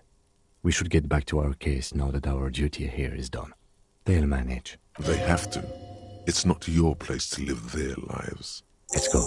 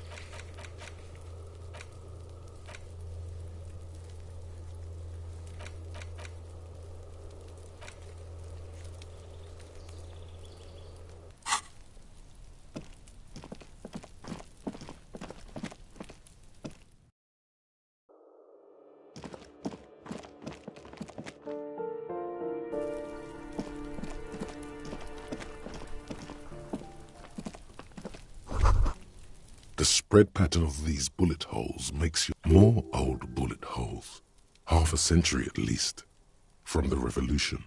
You peer into the faded marks in the stone. Your chest feels tight looking at them. You okay there? You were looking pale there for a second. What are remnants from the revolution? These are over half a century old. Perhaps a crime of a sort ages ago? But no, these do not warrant an investigation. Not much. I don't have a...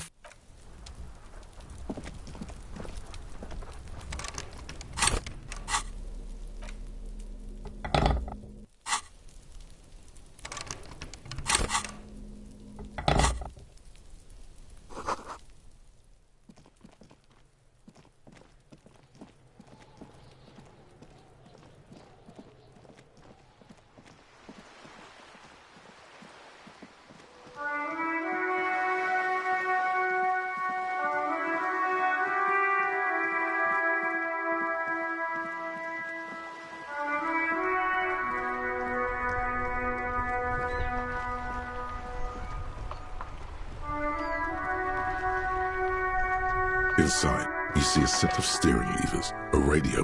This is Precinct 57. How may I assist you? Just a... 10-4, come in, officer. Over. Roger that, 10-10. This is Precinct 50. Still no word, I'm afraid. 50... In the cabin, you see...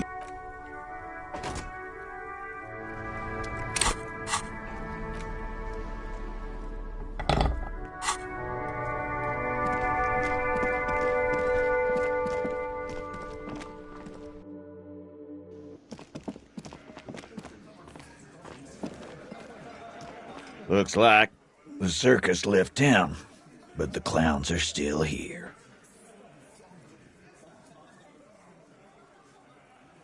Like it. We'll do that.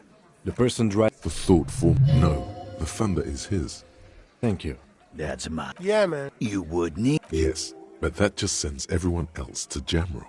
We haven't... Titus. I don't know. Not quite yet, Mr. My answer. Finally. And... I know, Despite... Go fuck your... That's more like it, boys. You heard him. It was Angus on all fours. Anything else you need to know?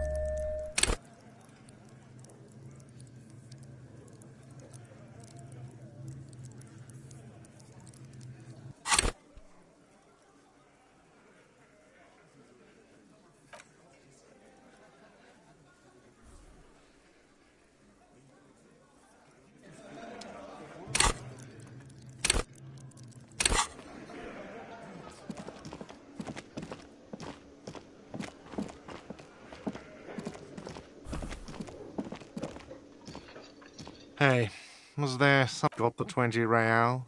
Then why are you wasting...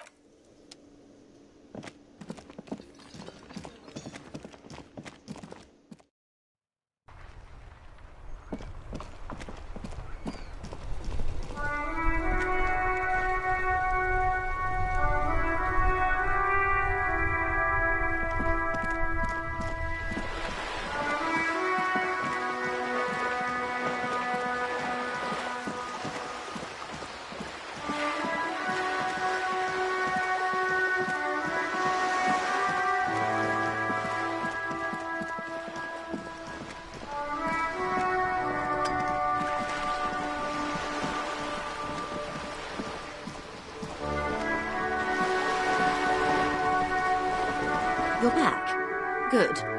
What can I help you with?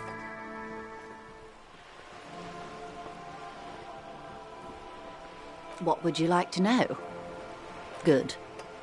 Yes, my eyes on the harbour have sent word to that effect. What have you discovered?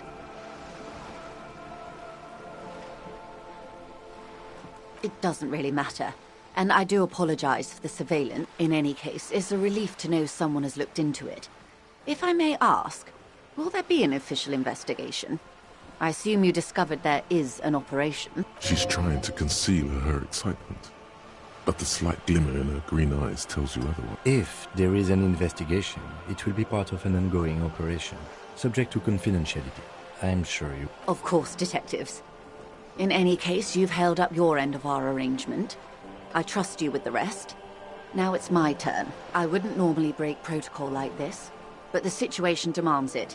If you don't solve this murder, I'm afraid we may have a bloodbath on our hands. Yes, I'm afraid this strike may descend into a small-scale civil war, with possible consequences for all of Rivershoal West. Since you are sharing, man, this is also the RCM's worst-case scenario. Then we're on the same page, as grim as it may be. I have an indirect role to play, I'm sad to say. My employer experienced a momentary lapse of faith in me. In that moment, they elected to deploy a private military contractor as an insurance measure. They called it my security detail. Absolutely not. These mercenaries are muscle, pure and simple. They are meant to intimidate the Union into surrendering. Who are they, exactly? Crenel, an Oronese military company. As far as I know, 3 arrived in Martinez. They report to me sporadically, but they do not answer to me. To be frank, our relationship is deteriorating. They wear ceramic armor, have semi-automatic weapons, and years of combat experience. They also have trauma and stressor disorder, and no idea how to conduct themselves in an urban civilian environment. So, what happened? The story is, one of them, the Colonel, I don't know his real name, sexually assaulted a local woman while he was drunk and separated from his unit. This allowed some of the more militant Union members to He was taken out behind the whirling in rags and lynched. Last Sunday night. Nothing. Mr. Clare refuses to let me into the harbour. I have not been able to discuss this matter with anyone there. The remaining 2 Crenel contractors carry out their orders, for now. It's a smokescreen. In secret, they are conducting an independent military tribunal into the lynching. Once this investigation is concluded, executions will follow. What is the nature of this so-called investigation? Whether to execute one, some, or all of the Union militants. It was the Union who strung him from that tree. My hope is that you provide a single concrete suspect before Crenel indiscriminately pick theirs. Simply put, if you don't pin this on someone good, and do it fast, they will identify and execute everyone present at the lynching. This in turn will force the Union to respond. The Debardeurs have over 2,000 men. It will be 1,000 to 1. Have you ever seen a hornet invade a beehive, Lieutenant? It's not... The Serai's giant hornet, the world's second largest insect, can kill 40 honeybees a minute, while a group of 30 can decimate an entire hive of 20,000 bees. These men work in tandem using semi- and fully automatic firearms. Their armor is virtually impenetrable to muzzle-loaded weapons, even yours. Most Union workers don't have guns at all. The muzzle loaders need to be reloaded after every 1 or 2 shots. The automatics every 1 or 2 minutes. As I said, a bloodbath.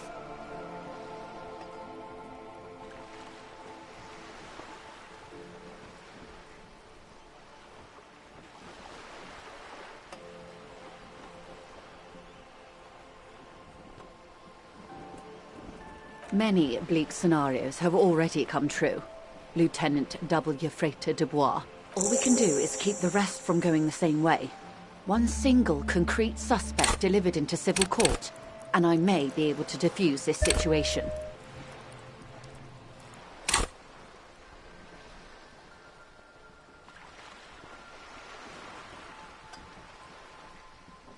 Not much.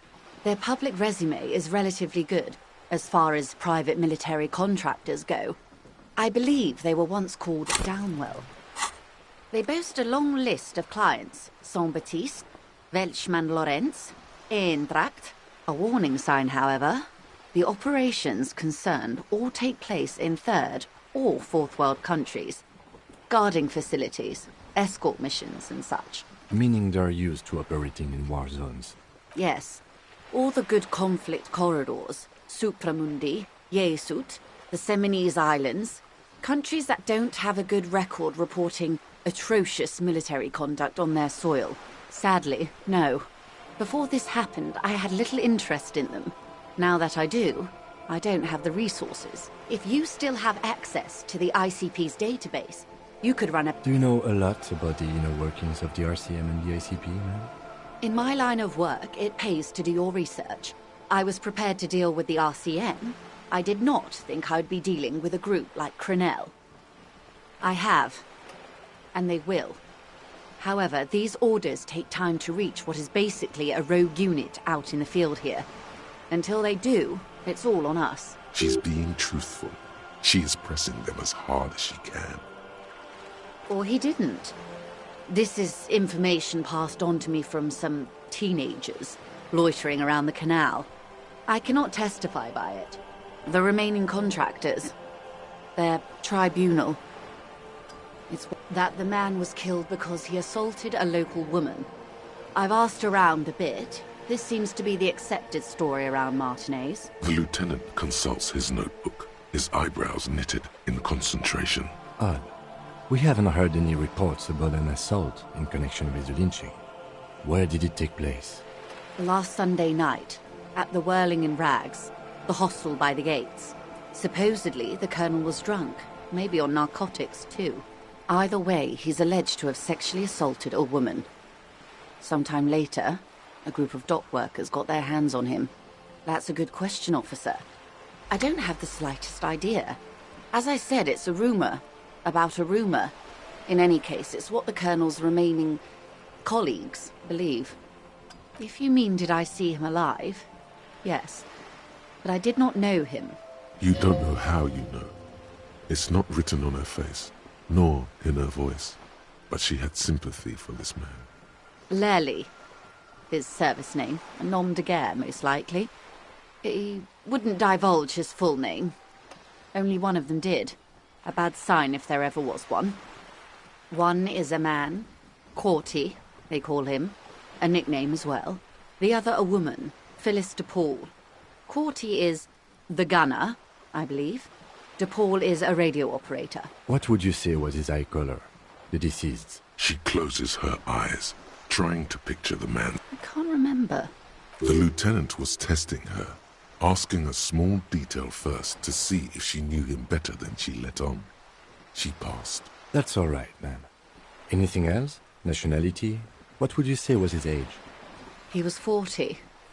Or 50. It's hard to say which. He had a combat injury on his lower jaw. It made it difficult to estimate his age, or gauge his facial expressions. Indeed. This matches the dental reconstruction we saw on the body. What else? Nationality? Accent? He was, Occidental, I think. Light brown hair, a mixed accent. Oranese. Or Messinian, maybe. His injury gave him an accent all his own.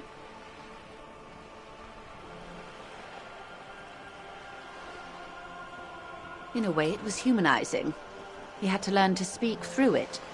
Through the injury. That's all I know, I guess. I only met him once. They've gone to ground, as it were. I don't recommend seeking them out. For one, they're almost certainly armed to the teeth.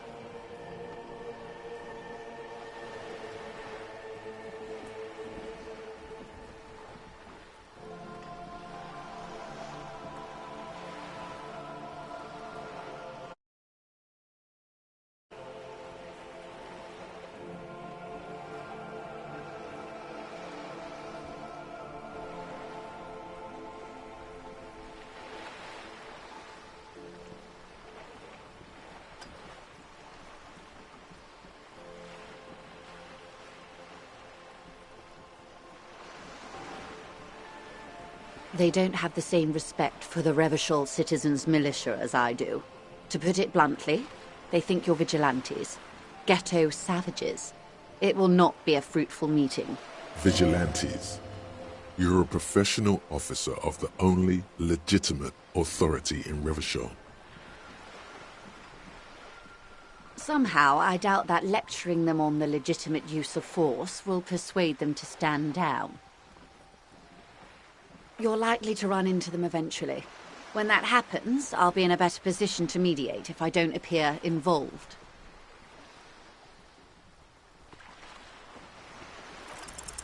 One is obviously the scab leader at the harbour gates. The one chanting the idiotic slogans. He's barely maintaining his disguise. The other has a vantage point in a building south of the roundabout. They were keeping tabs on you while you were canvassing the lorry drivers.